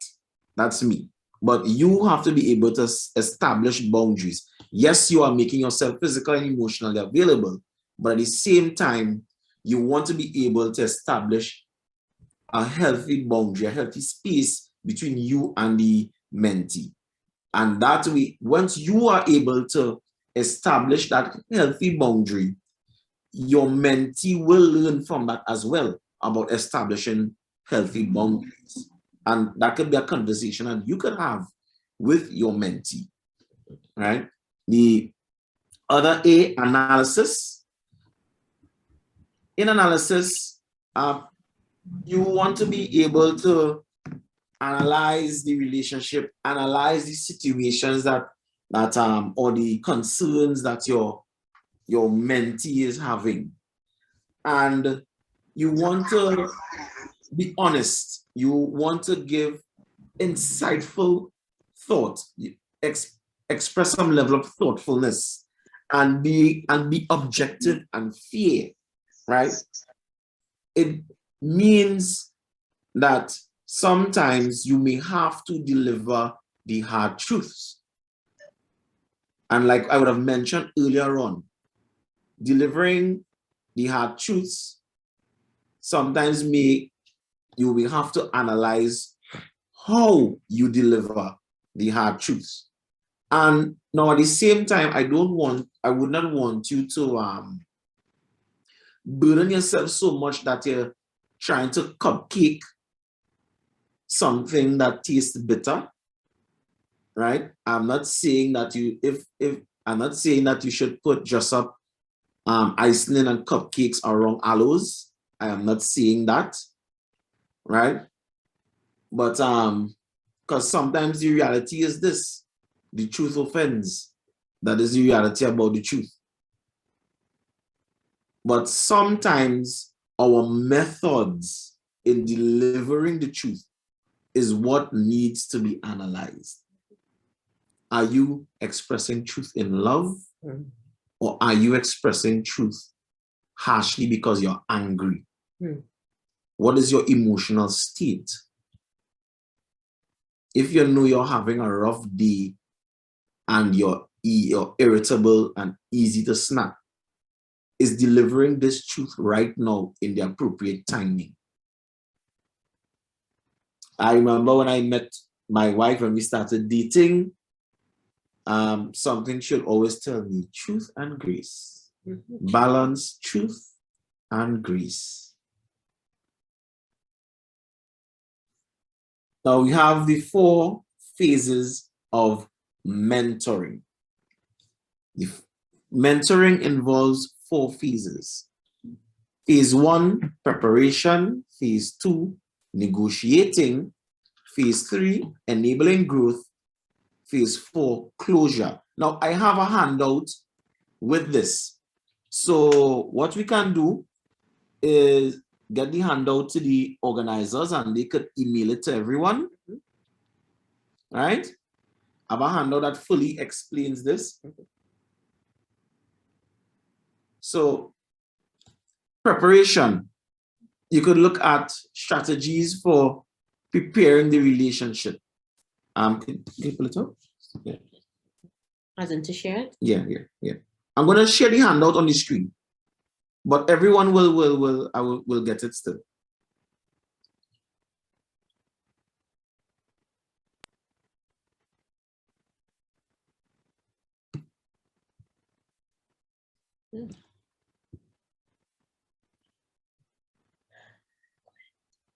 Right, so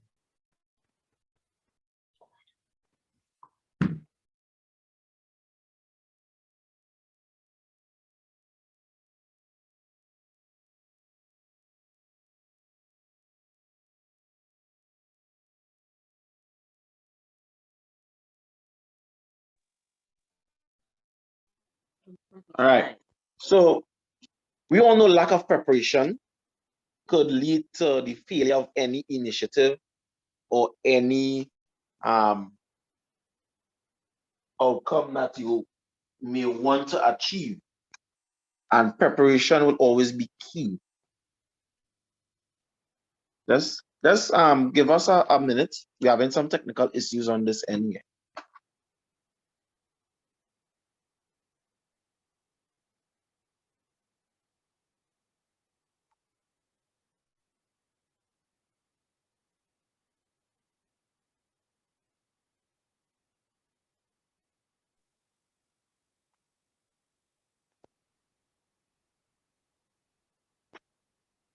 Just hold on a bit. We're trying to sort out the issue.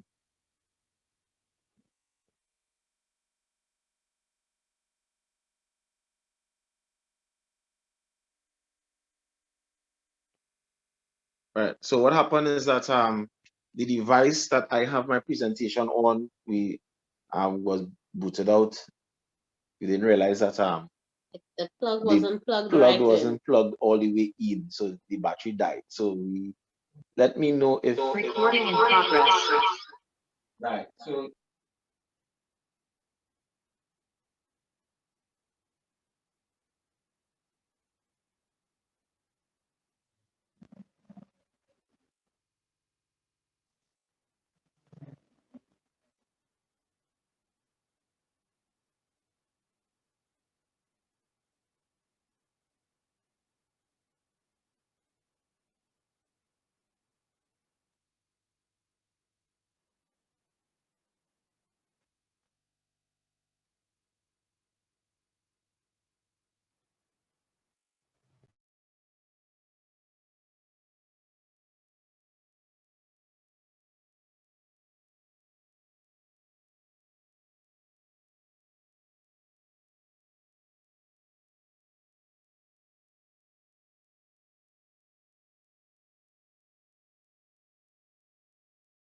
relationships.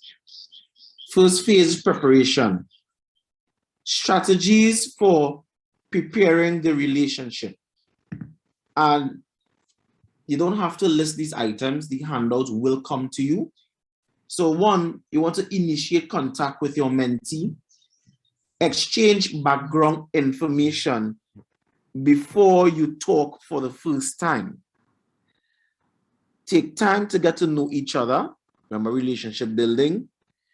Share past mentoring experiences and those who influenced you. Talk about the learning and development goals. determine the personal expectations of the relationship. What do you need from your mentor, or, well, in this case, from the mentee?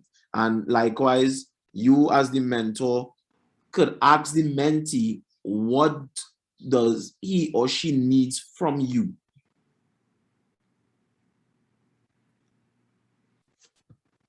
Define the deliverables and undesired outcomes.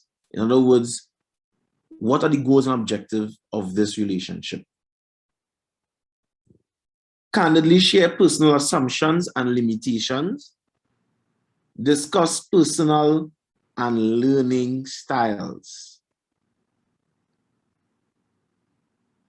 So there are some guiding mentor principles that you may need to employ in your preparation phase.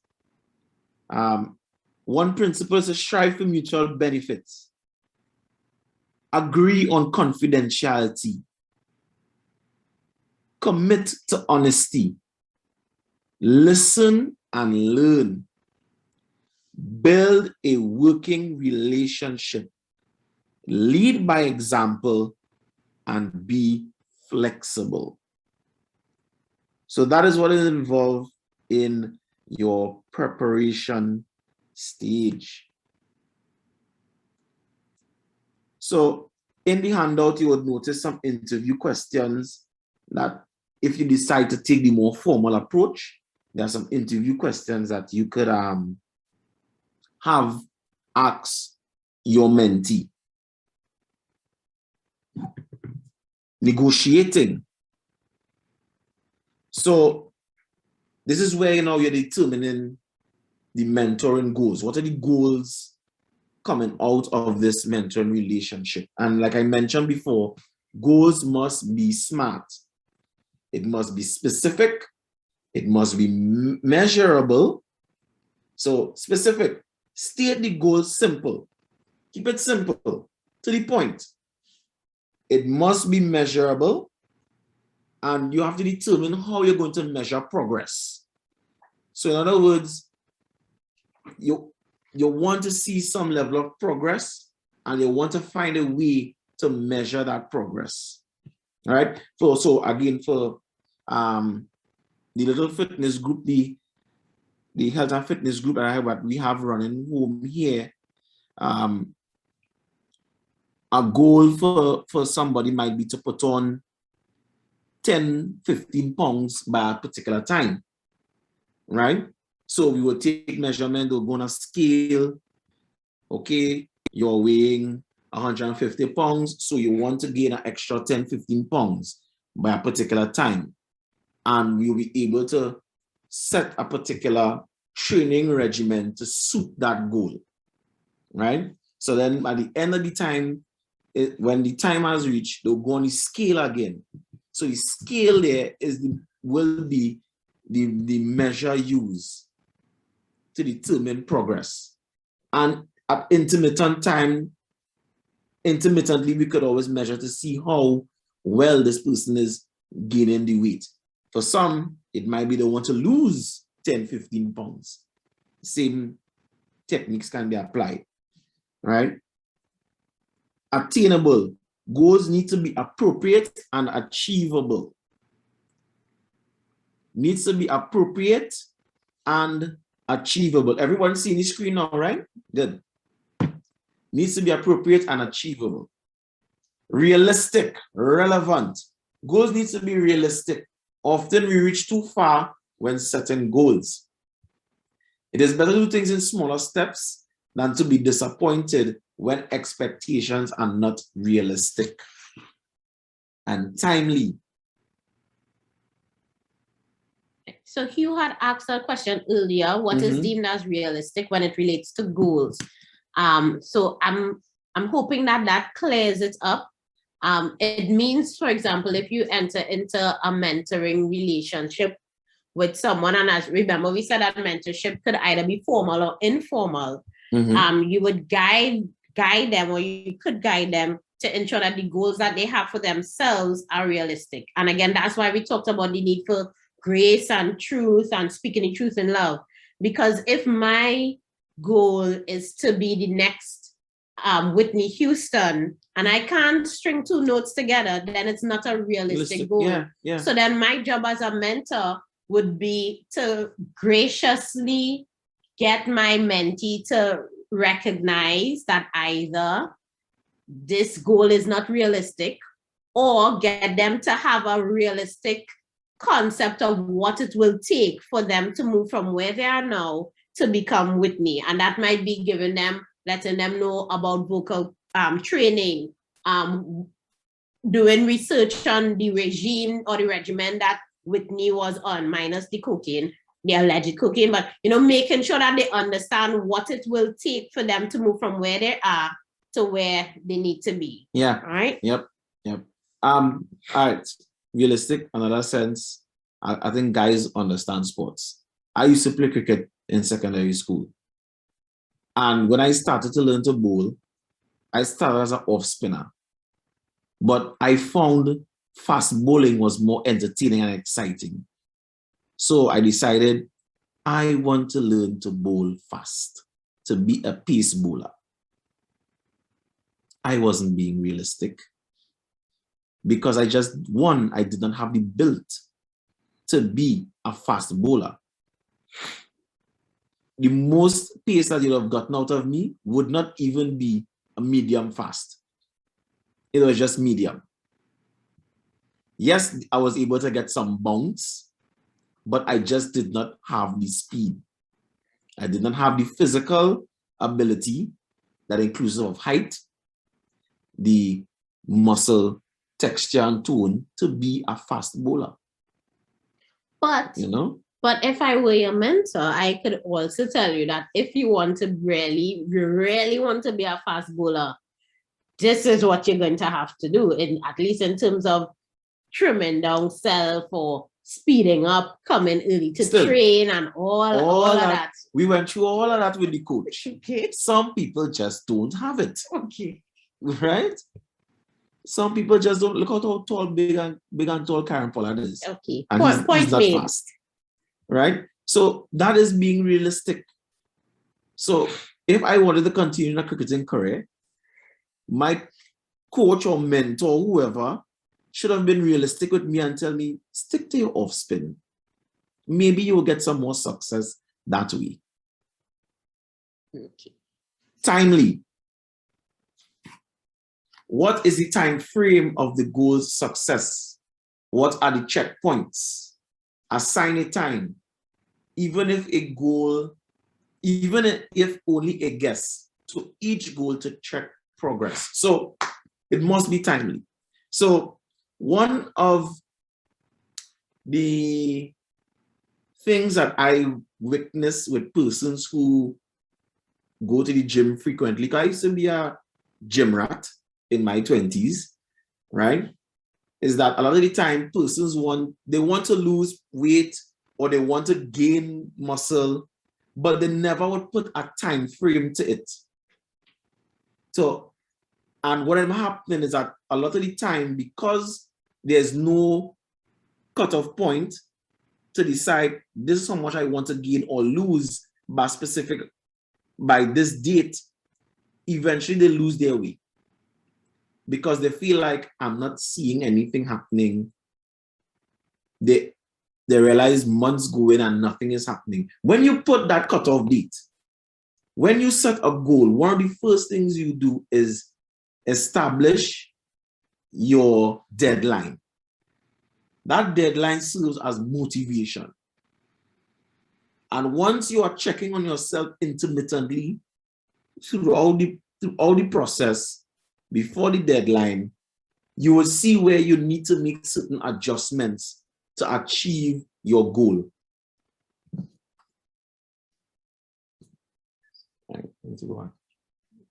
It's 8 o'clock? Yes, it's after. It's 10 past 8.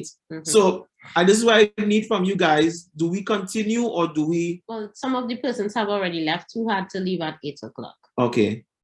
So I think, can we we can adjust it so that the rest of the stuff could be discussed next week. Yeah, we could do that. So we could finish up this and then discuss some of the next week stuff next week, right?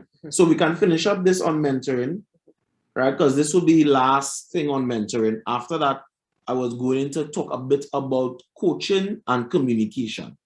And we could open with that next week. Yes. All right. So the other phase of mentoring will be enabling growth. Go back to the enabling growth.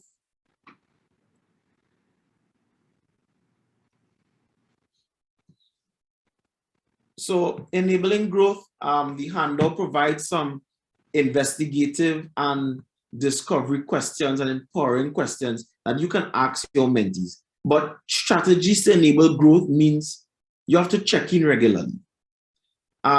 Actively listen, ask for and give feedback so that the learning experience is satisfactory. Provide timely support.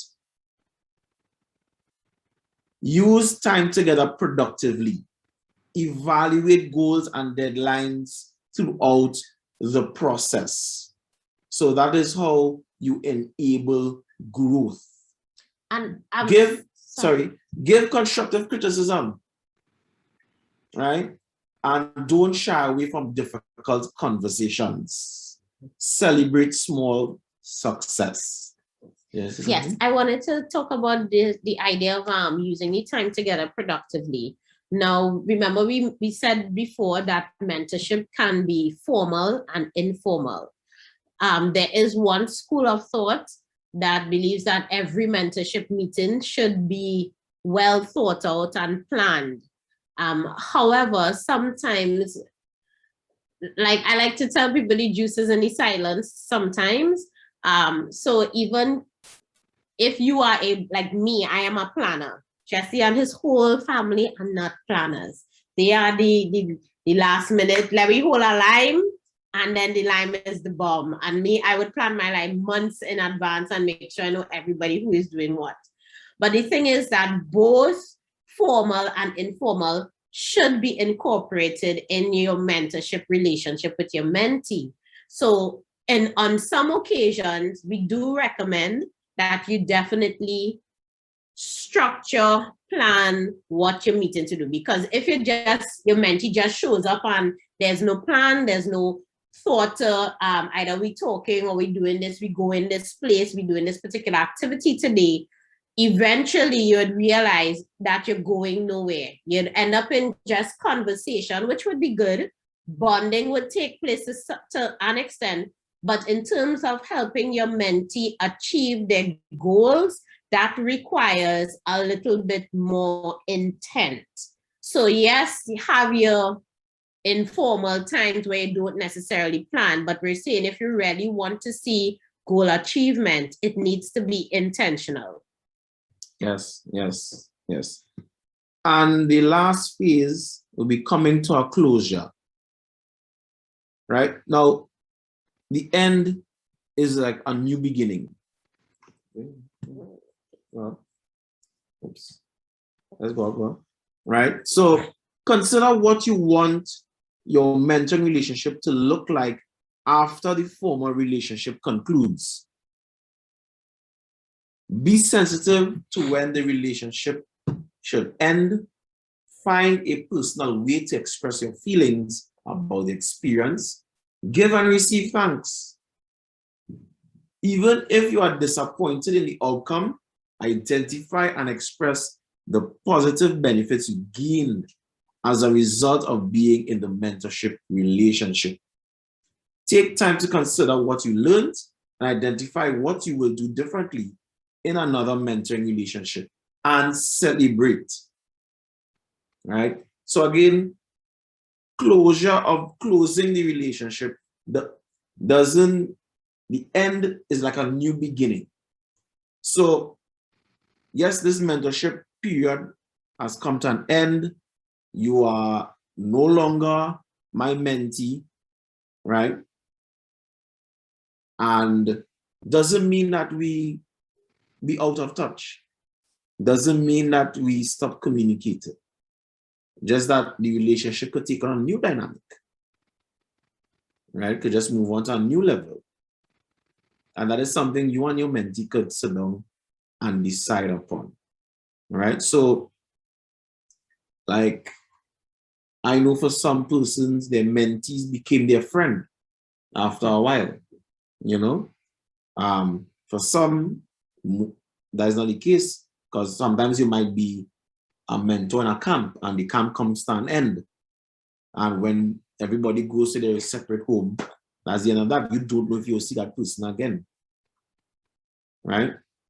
So it all boils down to the type of relationship, type of mentorship that has been birthed and that was nurtured. When the closure period comes, it will take shape, take form. At some point in time, I like to use the example of Christ. He came, he gathered his disciples. He was their mentor. They were his mentees, and he prepared them for his departure. He prepared them for his departure. And even though he physically left them, he gave them the reassurance that through the Holy Spirit, I am with you. So the relationship has taken on a new dynamic.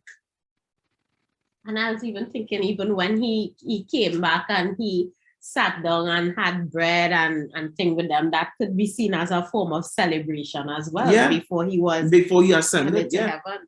Yeah. Interesting. You know? So I wanted to add to the point of closing off that last stage in the mentorship process, that you raised a good point to remind us that mentorship is not friendship. It's not about being friendly with your mentee, but it has a purpose and it should be towards a particular end, a particular goal. Yeah. In this workshop, we're helping you, give you tools so that it could be towards the goal of them having healthy concepts of self, healthy concepts of the opposite sex, etc. But once the goal is achieved, then the nature of the relationship, the mentorship relationship, should change. Either you agree to continue in a mentoring relationship to achieve other goals, or you agree to engage in a different type of relationship. And part of the reason why this is critical, especially for our young people, is because our young people are being overtaken by this concept called ghosting.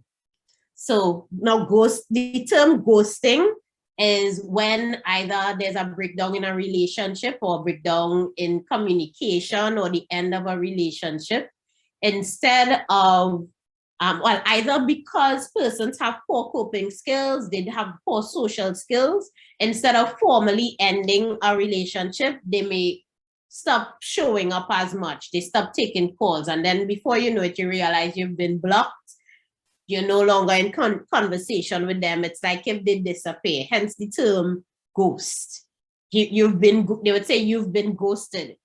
And so by modeling to our mentees what it means to end relationships in a healthy way, where it's not, we ain't mash up because, a bad mind or whatever, and I leave vex, but showing that, it is okay for a relationship that even though it was good, for it to come to an end, teaching them that not every relationship or person that you engage with has to be there for a lifetime.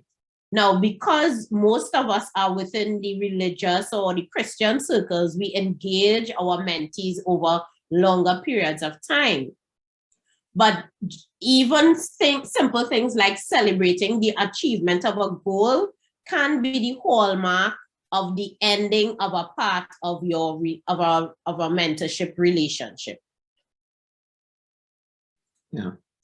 Yeah, so true, so true. So for tonight, we because of the time has gone, so the remainder of what we had planned, we will pick up from there next week. All right.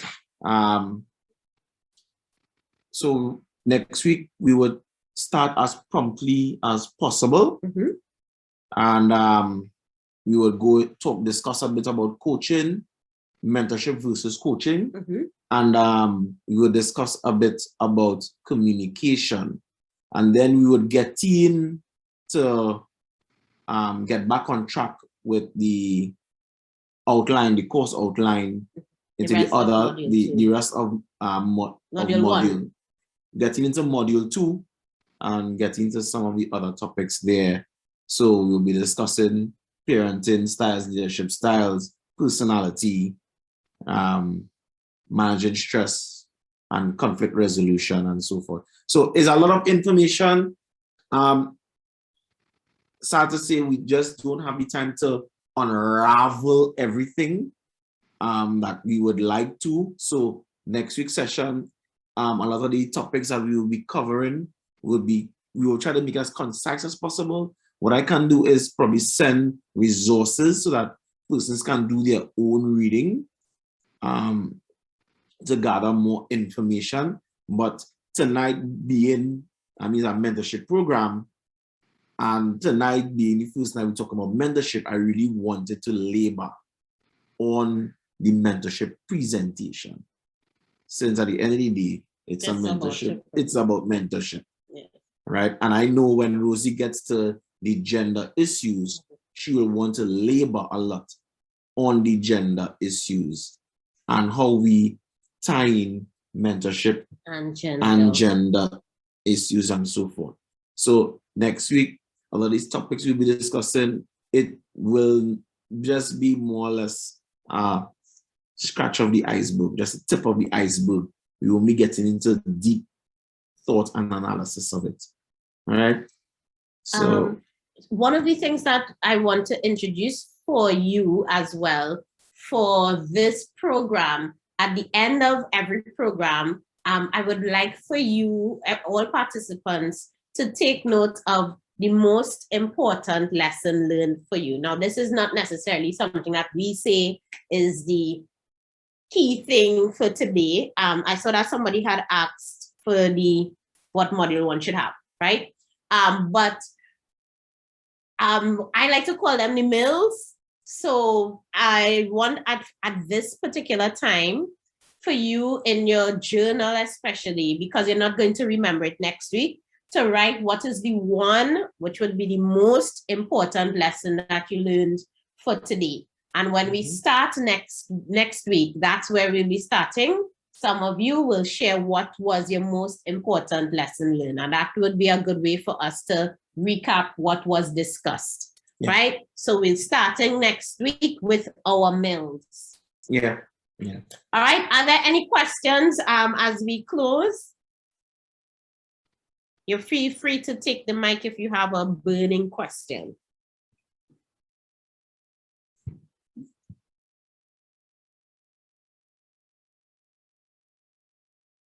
In 5, 4, 3. Donnie, yes, go ahead. Nice. I must say thanks to the organizers for organizing such an informative and interactive program. All right, but if you all can organize like some of the slides and this sort of stuff so that we ourselves can, go over it once again in our minds, it will be really good. Once information gets around, it's very important. Information is key, right? And if we can have that, it will be really nice. Okay. Yeah. But great session. Kudos to you all and the organizers. Sure. Well, yeah, we could organize that. We could send the content. Also, we had some other supporting YouTube videos to help solidify the content we have here. We could also send those as well so that participants can listen to those, view those in their own personal time, right? Because we know that the constraint of time, I couldn't just show all the videos, right? That wouldn't make sense. Then it would just be us sitting down watching YouTube all night, right? So we will send the resources. We will send it, and the organizers will get it onto you guys. So in your own personal time, you can go over the information. All right, guys. So thanks very much. And Sister Parker, you have any closing words? Yes, I want to say that this session was very informative. I never knew that mentorship involved so many different things like listening and your facial expression and many other things. So I want to thank you for taking the time off